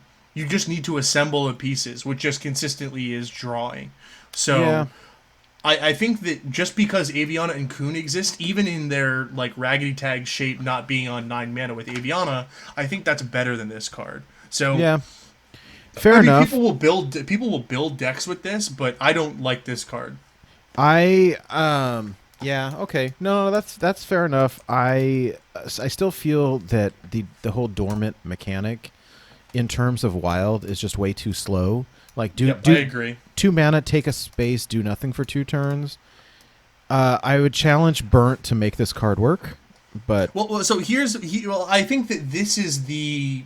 Out of all of the dormant cards, or most of the dormant cards, let's say, I think this is one that has the highest potential of seeing play, because it's not tempo-based. All of the tempo-based dormant cards are shaped around the standard metagame, whereas this is like mana-reducing, which is something that naturally is broken within the game. right. The only issue, right, is that imagine like you have this or you have Emperor Thorison, and you're always going through, and if you play this out, you can be like, okay, I can play, if I have this card in hand and my other thing is 2 cards deep in the deck, alright, I guarantee I'll draw that card by the time this goes off. But imagine if it's like this is the last card in your deck, you need to discount your whatever, Malygos or whatever. Normally, Emperor Thorison, you'll get the card, you'll play Emperor Thorison, you'll win the next turn. You have to wait 2 full turns in order to get this off, which is probably, if you're drawn toward the end of the deck, your opponent's about to kill you. Yeah. What do you think, Craig? I already told you guys I gave it a 1, and I actually got into an argument on Facebook with... I don't know if you guys are in any of those Facebook groups where it's clearly a bunch of noobs and, like, 2 good players in the group. Anyway, I'm in one of those, and I got into a fight over it, and I said, I guarantee, I'll bet you my house that this card doesn't see play. I don't even own a house. So, I'm giving it a 1. Yeah... I'm on the borderline between 1 and 2. I mean, I think that I will say 2 because somebody somewhere will do something wonky with it, but I think it's way too slow to actually be good. Anyways, next card. All right. Bog Beam. It is a 3-mana common spell. Deal 3 damage to a minion. Costs 0 if you have at least 7 mana crystals. This seems good. I'm going to disagree. Oh, I'm Danny, and I'm a jerk. Go ahead. Well, no. So my thought process on this, right, is that Druid, right now, for removal spells, you're running 2 of the Spellstone. And then you're barely running, what's the name of the Wrath, right? You're barely running 2 mana, deal 3 damage, which is flexible enough to draw a card. Like, I understand Ironbark as being something defensive, so I have a minion up on board, a small Jade Golem, I can play that out there and cycle quickly. I get the fact that you can cycle with this later on with Kel'Thuzos or Gadget Sand, but the 3 damage for 3 is really tough for me to wrap my head around. To me, it just feels a little crazy to me that you like the 2 mana 1/3 buff more than you like the 3 mana deal 3 damage, like when they both have the 7 mana condition. Because you liked that 1/3, right? Yes, I did. But I mean, so I think I gave that one. I think this is probably a little bit less good than the 2 mana one. I think the 2 mana one's a little bit better. All right, I'm gonna respectfully disagree with you, you jerk. Get it? Because that wasn't respectively. And I'm gonna say that this is it's a 2. It's still a 2. I don't think it's a 1. Are you saying it's a 1? No, I'm going to say this is a 2. Okay. But I thought you were going a little bit higher than that. So. All right. Here's my hot take on it super we're both quick. in the same spot, Craig. We argued. We were mad, I could tell. Disagree and give it the same score. For 3 mana, I'd rather play Wrath because it gives me the choice of doing the 3 or the draw 1. I mean, I could see, yes, okay, 3 damage for 0 is okay, but, like, I don't know what I would cut to put this in, so I'm going to give it a 1. I hate Wrath. Wrath. That Wrath spot, right? I think it's... Well, it is. I don't run Wrath at all. I've cut Wrath from my Druid decks at this point. So that's why I'm saying, like, if I'm not even running Wrath, I don't think I run Bog Beam. See, I think this is better than Wrath in most decks, in my opinion, but I don't like Wrath at all, so it doesn't say much for me. Like, right now, I would put Wrath at a 2 as well, but I still think this card's just slightly better. But anyway, we're just picking at potatoes. Sure. All right. Last one up. This I would be interested to get your opinion on this.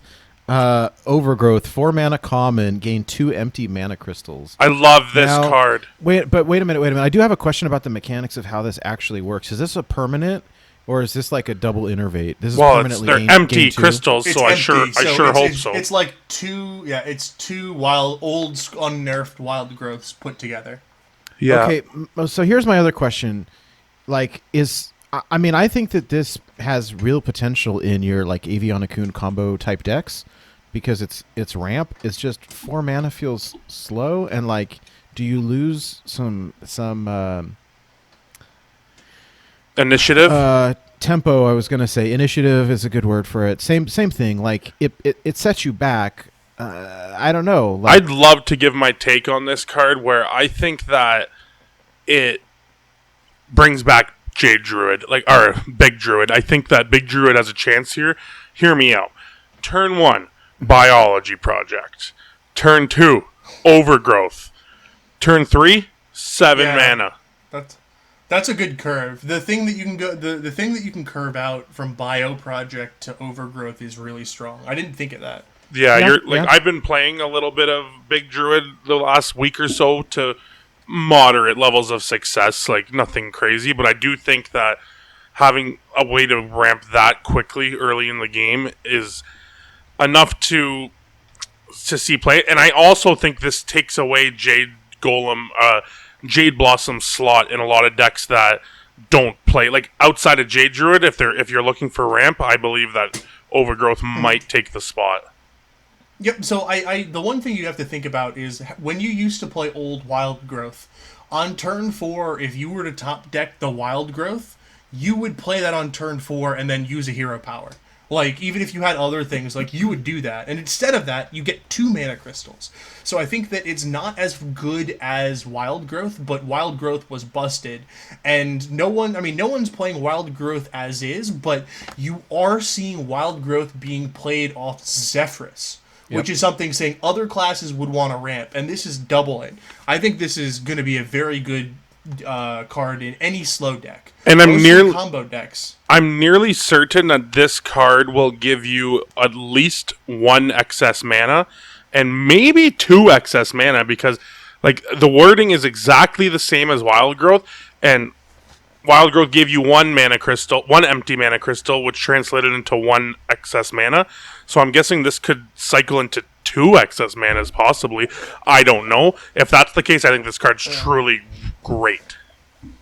Yeah, if it gave you 2, that's insane. I think it would only... I mean, naturally, I would assume it gives you 1, but like, I don't know. With the way the mechanic is like laid out, like using just the English language, you would assume it would be 2 because excess mana, 1 extra mana crystal, so 2 extra mana. You know what I mean? But you're probably right. Sense. It could just be 1, but if it is 2, I think this card goes from a 3 to a 4, or about a 4.